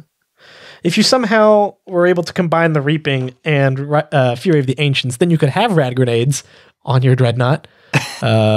But alas, you cannot. So it's just toxin bombs, which will keep them a little bit safer from being punched to death or hammered to death or what have you. Now we get to the Thousand Sons, who are Austin's favorite. Sorry, what? I said the Thousand Sons were your favorite legion. And because you took so long to respond with something witty, I'm just going to assume that it's true and you agree. You heard it here. So I tune out anybody the second I hear Thousand Sons, because it's not important, because they're nerds. Your legion is bad and you should feel bad. It's not my legion. You've got the only hereticus book amongst us 3 right now, and so you've got a lot to work on, so keep going. Okay, so you can't give Cult Arcana to Dreadnoughts. That's basically what it boils down to. But they can make use of Fortress of the Mind, their advanced reaction.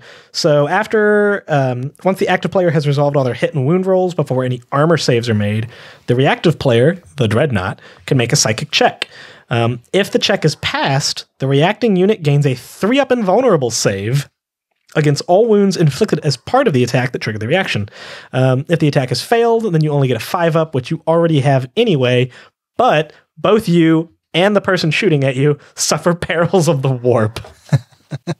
Hilarious. Which is hilarious to think that a Dreadnought could shoot at another Dreadnought, and then that Dreadnought could just make both of them suffer perils. Unfortunately, like I said, I don't think you can give them Dreadnought.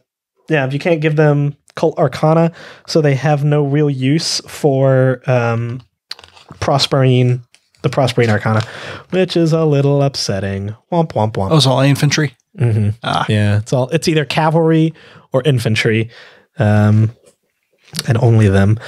But again, you can take Osiren Dreadnoughts, and they can, so that's cool. But from your Warlord traits, if you were to go ahead and build a Revered Ancient here, I would take Eidolon of Suffering just for the fun and the flavor. The Warlord trait can't use psychic powers or psychic weapons. That's fine. The Dreadnought already couldn't, but they do gain Adamantium Will 3-up. And when another model, friendly or enemy, makes a psychic check within 12 of the Warlord, the controller player must roll a d6. On a score of a 1, there is no effect. On a score of a 2 or higher, the Warlord gains Rage for the remainder of the battle. Oh, no. Rage 2. Ooh, how dare you? Yeah, basically, how dare you use psychic powers or I can see you. And if the trait would grant the Warlord Rage 2 a further time, then instead you just keep increasing the rule by 1, up to a maximum of Rage 4. That's not how you do it. Just getting angrier and angrier. You're not rising through the enumerations. Just punching and punching and punching. Plasma, you could replace the plasma cannon with an Aether Fire cannon.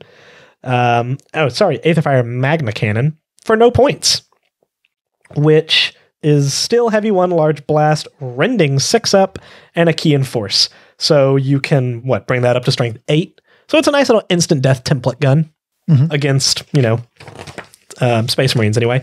And we've already talked about the Osiren. We already know how fancy he is. Moving on from, oh God, it's still me. It's Sons of Horus. Jesus, wept. Unlike the Thousand Sons, Sons of Horus Dreadnoughts actually benefit from their Legion traits. That's the Dreadnoughts I was fighting. My buddy Jonathan's Sons of Horus. Terrifying Dreadnoughts. Yeah, because merciless fighters means that during a turn, during the first round of combat, melee attacks against the unit suffer -1 strength. Yeah. So power fists go down to 7. Chain swords, which you're just hoping mostly to get out of volume of dice anyway, down to strength 3. It's real rude. I think puts them out of the running, right? Strength. Yeah. Out of the running. You can't even. Yeah, you have to charge a Dreadnought, then survive a round of combat with a Dreadnought. Then you can hurt the Dreadnought. And the worst thing is, I don't think they can benefit from their weapons are useless, because technically they're not. Yeah. Huh. I mean, if you were going to... Not that you want to run away from them, because you'll just have to deal with it again. Yeah, because then they'll just sweep you. Yeah. Rude. Real rude. I like, for a revered ancient of the Sons of Horus, is the Armor of Pride. The first time in any battle when a Warlord with this trait is reduced to 0 wounds for any reason, controlling player must immediately take a leadership check for the model. If it's failed, the Warlord stays dead. But if it's passed, the Warlord gets back up with D3 wounds left. Also, that can be disappointing. I mean, yeah, it could be 1 wound, it could be 3. It's already hard enough to kill a Dreadnought as it is. But if he gets back when up... the regular Praetor gets back up, it's sad. Yeah. Yeah. Yeah. And the Praetor isn't Dreadnoughts explode when they die? When they're removed as a casualty. So technically he wouldn't be removed as a casualty. Yeah, so okay. he would... So there's not that spite. On the failed leadership check, he explodes. Yeah. Chosen by Dark Gods is also really cool. You pick it as the Warlord trait and roll a d6 at the start of each of that player's turns. On a 2 to 5, the Warlord's strength and toughness are increased by 1 until the start of the next turn. On a roll of a 6, he may regain a single wound, but on a 1, he suffers a wound. Whoops. That's such is life. But having a T8 strength 8 Dreadnought, that's pretty cool. It is. Yeah, can't go wrong with that. Let's see. Are there any war gear that he can really use? Bane Strike bolters, not really. That's about it for them, I think. God, I really hope the next Legion isn't another traitor one. What, you don't know the numbers off the top of your head? No, I do, but now that I'm like having to go through it in my head, oh look, it's word bearers. Yeah. Word bearers, again, another good Legion trait for Dreadnoughts. On the surface, it doesn't seem like much, like can't reduce their leadership by anything worse than 6. Why does a Dreadnought need leadership anyway?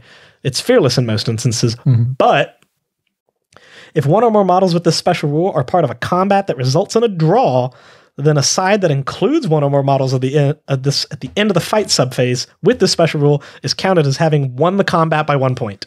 Which is huge. How many times have you fought a Dreadnought to a draw?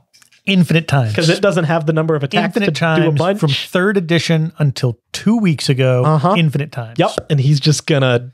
And now he wins by 1. Now he wins by 1. And your Space Marines are leadership 8 if you have a sergeant. Yep. So 50-50. Yep. Well, a little better than 50-50. Yeah. Still. Glorious Martyrdom, do not use. Absolutely do not use. Do not. I'm going to shoot your Dreadnought. Cool. Glorious Martyrdom. I remove him from the table. Hooray. Net gain, I guess. There's 2 Warlord traits for Word Bearers that would be pretty cool. Although one is more universally useful. That's Iconoclast. anytime the Warlord is in combat with independent characters, a Vexilla or a Legion standard, he gets +1 attack, which is cool. And he's also better at blowing up fortifications, but chips. But Enslaved by Darkness is hilarious. It basically takes the Tides of Madness rule from demons and gives it to the Dreadnought. So at the beginning of the game, on turns 1, 2, and 3, hang on a second. Yeah, so strength and toughness goes up on turns 1, 2, and 3. No modifiers on turn 4 and 5, and a -1 on turn 6. But for 1, 2, and 3, he's going to be there in combat punching things. Yep. Once again, you got a T7 or T8, strength 8 Dreadnought just in there. He's in it to win it. Yep. He's having a grand old time. Dark Channeling you can buy for any Legion Dreadnought of the Word Bearers, which gives them Hatred Loyalists, but also Corrupted, which means fear. For 25 points. And get shit on by various things. Yeah, get shit on by various things, which are somewhat, thankfully, a little bit rare. Not happening a whole lot. Hatred is real good. It is. On something that already doesn't have a ton of attacks. Tainted Claw is only available on the Marigal, so we don't have to worry about that. But the Plasma Cannon? Nope, can't buy a Plasma Cannon or a fancy haunted Plasma Cannon. Yeah, get out of here. Yeah, such is life. But still, Word Bearers are having a good time. They are. They are. Right. Now somebody else take a different Legion. All right. If only you hadn't stolen that book. I crave forbidden knowledge. So from the 17th, we go on to the 18th Legion. Salamanders. They have the Blood of Fire, which is effectively the Dreadwing Dark Angel special rule, reducing attacks inflicted by Flame, Melta, Plasma, or Volkite weaponry to wound by -1. So it does not affect the strength of the attack, just the result of to wound. So Meltas are strength 8 or strength 8, yeah? Yeah. They will still be instant death you. 3s. Not Dreadnoughts. Not a Dreadnought. Oh, a Marine. Suddenly, Steven, we're in the Dreadnought episode. Yeah, it's the Dreadnought episode, Steven. They're wounding Dreadnoughts on 4s with your Melta. But yeah, so instead of requiring 2s, they will need 3s. Yeah. If you were 2s and 3s. if you're infantry, it was still handy. It's a good trick. Yep. As far as the advanced reaction, doesn't affect because it requires infantry. And the Warlord traits, I hadn't really seen anything poke too much other than perhaps the Weight of Duty, which is loyalist only, giving you a +1/2 strength characteristic when locked in combat with enemy units that include one or more models with any variant of the Fear special rule. You also have Hatred Traitors when you are in, and also the unit you're attached to. Prometheum Wheel gives you a +1 to leadership when making penning tests and reduce effects of fear by 1. Oh, wow. So good on a Dreadnought. Yeah. And Redemption of Flames for Traitors, you get a +1 for all to wound rolls or armor pen made for flame or Volkite weapons that are used by the units to make shooting attacks. So, rolls to hit, rolls to wound. That makes more sense. I was like, flame attacks. So as far as the armory, you can change out your heavy flamers for Dragon's Breath heavy flamers. Or Flamestorm cannons, which can Dreads take Flamestorm cannons? Astropharum can. Gotcha. So yeah, the Dragon's Breath Heavy Flamer is a Strength 6, AP 4, Assault 1 Dragon's Breath, which gives you a D6 to your Wall of Death instead of a D3. Ooh. Which is super fun. Yeah. Handy. But yeah, that's effectively most for the Salamanders. Okay. They got some cool stuff for things that aren't Dreadnoughts, though. Yeah. So, The It Will Not Die is nice. yeah. We'll get there. Yep. Raven Guard. Right, Steven's making a face because he doesn't like the Raven Guard. I wish they had been shattered twice. Look, if I can quote Corax based on what you should be doing regarding your hatred, it is nevermore. Nevermore should you hate on the Raven Guard. Stupid Space Edgar Allan Poe. Least favorite Legion, but not for any good reason. Anyway, so they have a wonky Legion Astartes rule. We won't get into it deeply, but what it does with Dreadnoughts is they're all falcons. Shasha. It seems like it's weird that the smallest bird is the name given to the Dreadnought, but it rerolls all failed to runes of 1 in any assault phase in which it makes a successful charge. I cannot stress how much that's wildly good for Dreadnoughts. Yeah. Because they wound on 2s, but they're hitting most things on 3s, right? You got 5 attacks. You're hitting with 3 of them. Even just doing 2 wounds can get you fucked. Yeah. If they've got a banner and do no, you need to make everything count. Everything count. So that I find that wildly good. I also like their advanced reaction. Steven, guess what their advanced reaction is called? Guess. I don't know. Take flight, squawk, wing and talon, fade to black. Oh my god. Metallica called Corax. You owe him. You owe Mitch Hedberg. Mitch Hedberg's not in Metallica. You owe them royalties. That's the point.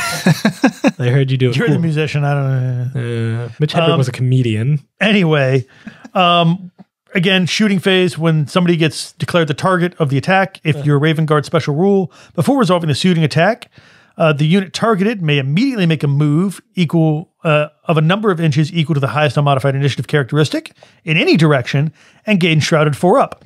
If the shooting attack is no longer valid, due to no longer having line of sight or being in range, they can't select a different target. You don't roll any dice. Fuck yourself. This is why I don't like the Raven Guard. Fade to black. Their rules are just really good, and I don't understand why. Why? I don't know what the Raven Guard's theme is. I don't understand. After you get your shit kicked in for 98 days and 30 dudes make it off, those 30 dudes are real good at their job, Steven. I mean, no, they just faded to black the whole time. They hid. Fade to black. They just laid down on the sand. The audience can't see it, but I'm doing the hand mode. Fade to black. Yeah, there's a whole thing. It's making Steven It's only once per game. Once per game. Yeah, I guess those 30 dudes had a lot of games. They just laid down in the sand, turned off their power armor, and waited. It's Black Sands. This will work. Yeah.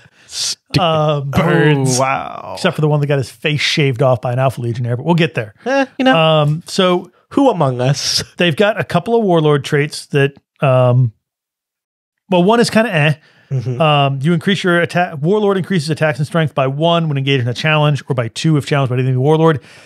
Why is anybody challenging a Don't challenge a Dreadnought. No, but the point is, they're not going to challenge. You're going to counter challenge. Decline. Don't make that Dreadnought strength 8 out of your damn mind. Well, you're going to die anyway. People have done stupider things when fighting Raven Guard. It's true. Looking at you, Fulgrim. Strutting around with a helmet, you big fucking dummy. Or Lorgar. What a bitch.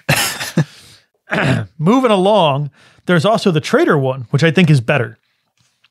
When in base contact with an enemy infantry or cavalry model whose weapon skill, strength, or initiative is higher than the Warlord with this trait increases whatever thing to match the enemy model with the highest value of this characteristic in base contact with. Woo! That's not good a lot of the time. Right? You're already weapon skill 5. Obviously, your strength is a bajillion. Your initiative is average. But when you're gonna need it, it'll really matter. Because the only thing that sucks worse than being in a fight with someone you don't want to be in a fight in is having to hit them on 5s because their weapon skill's 7. Yep. Right? Yeah. This actually makes them hilarious at fighting Primarchs because it makes because it's weapon skill, strength, and or initiative. So if multiples of those are better, you get better. So this is another Legion where if you want to go fight Primarchs with your Dreadnought, truly no gods are masters. You bring it and just you have a 4-up invul and you can take whatever they throw at you. You've got a 4-up invul. Your toughness 7. Which I feel like is the standard Primarch toughness is what? 6 to 7. Yeah. Mortarion is a high toughness and he's 7. Yeah. Chorus is 6. So you're gonna, if he's fighting Corax, suddenly he goes up to initiative 7, weapon skill 7, and has the same amount of wounds, the same save profile, and a point better strength and toughness. That's it. We found it. We found the character. We found the Primarch killing Dreadnought. You'll be fighting him. His weapons are strength 6, AP 2. God, now I want to find. He can't even hurt you that who's easily. Who's a combat character? Angron. Let me. Angron I don't have or, Angron. Let me Russ. find Russ. Look at Russ. Let me look Yeah. at Russ. See. Or the lion. Yeah, the lion, I think, gets like... So Russ, granted, he's still got the thing that makes the enemy have a -1 to hit him, right? So you're still hitting on 5s. He's strength 7. He's initiative 7. Yeah. But Russ has that axe, the sever life thing. He's doing multi-wounds, isn't he? Strength plus 2, AP2, Sunder Reaping Blow, which wouldn't affect you. So just the Sunder, really. He'd actually probably use a Sword of Bale Knight.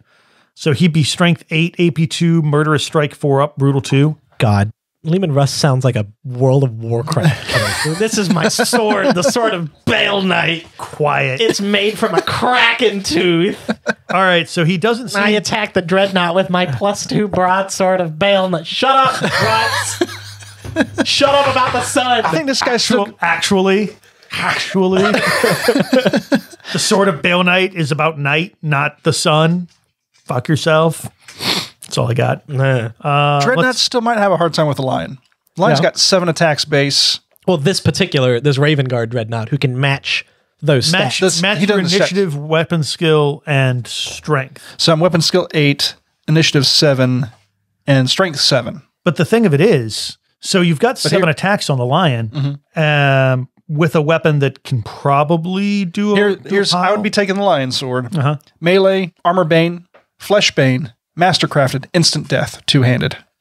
So yeah, you'd hit him. Instant death would be if you wound him 2 or 3 times, which honestly isn't guaranteed because you got that 4-up invul. And then he hits you back with a couple of power fists. If I'm reduced to 4 wounds, I gain another attack. And if I'm down to 2 wounds or less, I get 2 attacks. So I'll have 9 attacks. So I think the answer is I'm gonna poke something. He's going down swinging against the fighting Primarchs.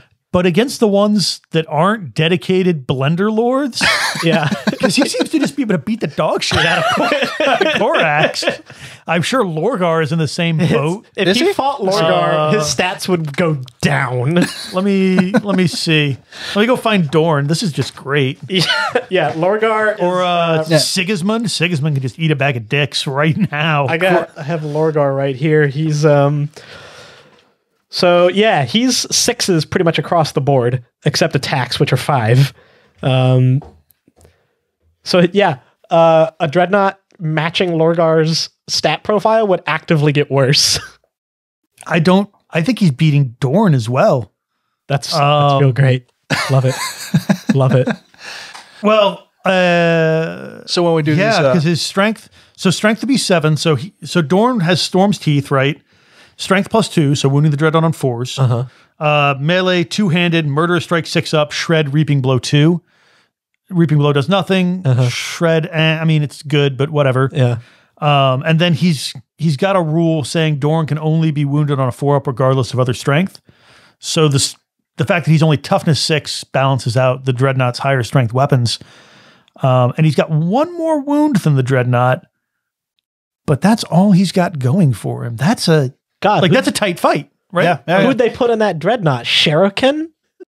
Fucking somebody. That's traitor only. So yeah, not Shuriken. Yeah. Definitively not. Yeah, it's that Night Lord. It's that Raven Guard that ran off and joined the Night Lords and got his tongue cut off. Yeah, right. That's hilarious. This is damn. Yep. Okay, so we found the better Dreadnought Warlord trait. It's that one. I accept. This is the better Dreadnought Warlord trait. Yeah. That's hilarious. Oh, it's funny then, because like knights and stuff will probably have some form of toughness value instead of being if they're not vehicles. Yeah, if they're not vehicles. Yeah. It's funny to think that you could run this Raven Guard Dreadnought up to a knight. No gods, no masters. I'm massively over weapon skilled and strength. Yeah. that's initiative. That's pretty kick ass. Yeah. I do like that. Pretty great. All right. The last one, or maybe, it's the Alpha Legion. Pretty universal benefit from lies and obfuscation as their Legion trait. They're always going to count as 2 inches further away. So that's always nice when you're, about to get charged by someone. It's that little extra insurance. When night fighting is active, it's nice that, they have to be 26 inches to be able to shoot you. It's a nice little point of defense. Crucially, though, it keeps you a little bit safer from fast units, cavalry, land speeders if they're charging you for some reason. And they can. They have chainswords. So it's nice, it's pretty cool. Their Smoke and Mirrors advanced reaction is pretty similar to the Raven Guard one, except without as many extra bells and whistles. They just get out of the way. Yeah. Without as many potentially copyright infringing titles.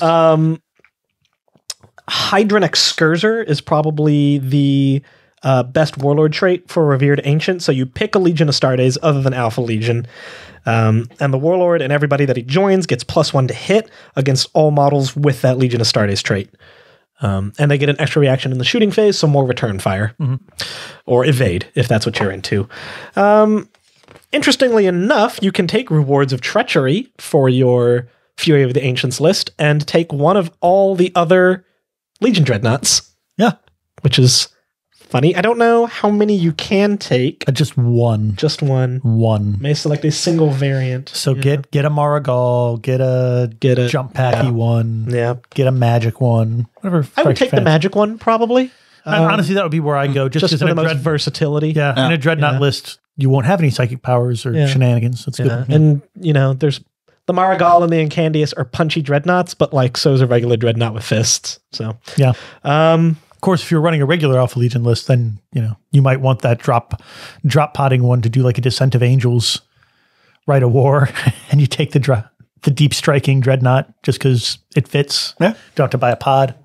You can, interestingly enough, if you really want to, and you want to pretend that you're a Leviathan with a Phosphex Discharger, your Revered Ancient can buy Venom Spheres. And at 8 inches away with Strength 1, it can shoot 6 assault poison 3 how shots. can it pick up venom spears? Any model with Legiones Astartes Alpha Legion special rule and character may take one venom sphere for 10 points. Yeah. So, those two little... I thought it was infantry character. I guess I was wrong. Those two little circles that are right next to the Dreadnought's head. Oh, yeah. Arch, he just thump, fires venom spheres out of that thing. And, I'd like to think that he holds it in his big old fist. Just a giant... two... No, regular size. Just two little marbles in his hand. Poof. Yeah, throws them like little ninja bombs. Yeah, poison, assault 6, poison 3. Meh. It's good if you're getting charged, I guess. Yep. And that's pretty much it for the Alpha Legion, unless you are bringing Alfarius, at which point you can deep strike a Talon of 3 Leviathans. There you go. You won't be making many friends with that one, though. We made it through. Yeah, we did it. Nailed it. Yep, so that's Dreadnoughts. So, in hindsight, earlier this episode, or previous episode, if I split this into 2 episodes, you mentioned that they're very undercosted. If we were to keep the same price, what would you do to make them more viable? I've thought about the 2-up to a 3-up for armor save, but I don't know if that'd be too much. No, you'd need. I like that they've got a 2-up is what you expect Dreadnought armor. Like it's a tank armor, right? It would. I would probably go back to giving their invuln in combat could go back to a 6, just to kind of represent. It's harder to stay universally protected when there's a bunch of Terminators everywhere, punching you. So a worse save, probably. Given the change to Gravis weapons, I would probably make all the guns more expensive. Because 175 for a bolt cannon and a fist is pretty good.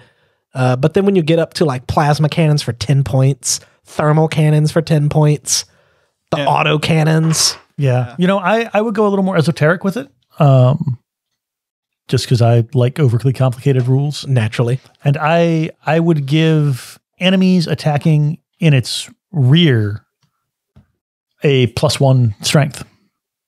Yeah. To represent the weaker rear armor. Yeah. It's got no facings. I know it's got no facings.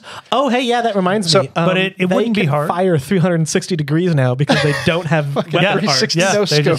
360 no scope. Yeah. They pivot on that waist, man. They pivot on the waist. Maybe. Which, granted, they also could do that in before. You never hit the rear armor of a Dreadnought in combat. Yeah. But maybe like shooting wise. You had, and with Overwatch now being the reaction, like if you charged a Dreadnought from behind, Well, no, because it was still the assault phase where they turn to face whatever's happening. So maybe just like in the shooting phase, something like that. Yeah. But honestly, I don't think they're undercosted. I think what's happening is because before they were overcosted. We all know it. Yeah. We all admit it. We all took them because we love Dreadnoughts. You take them because you love Dreadnoughts. By and large. I would. And really, what's the price difference?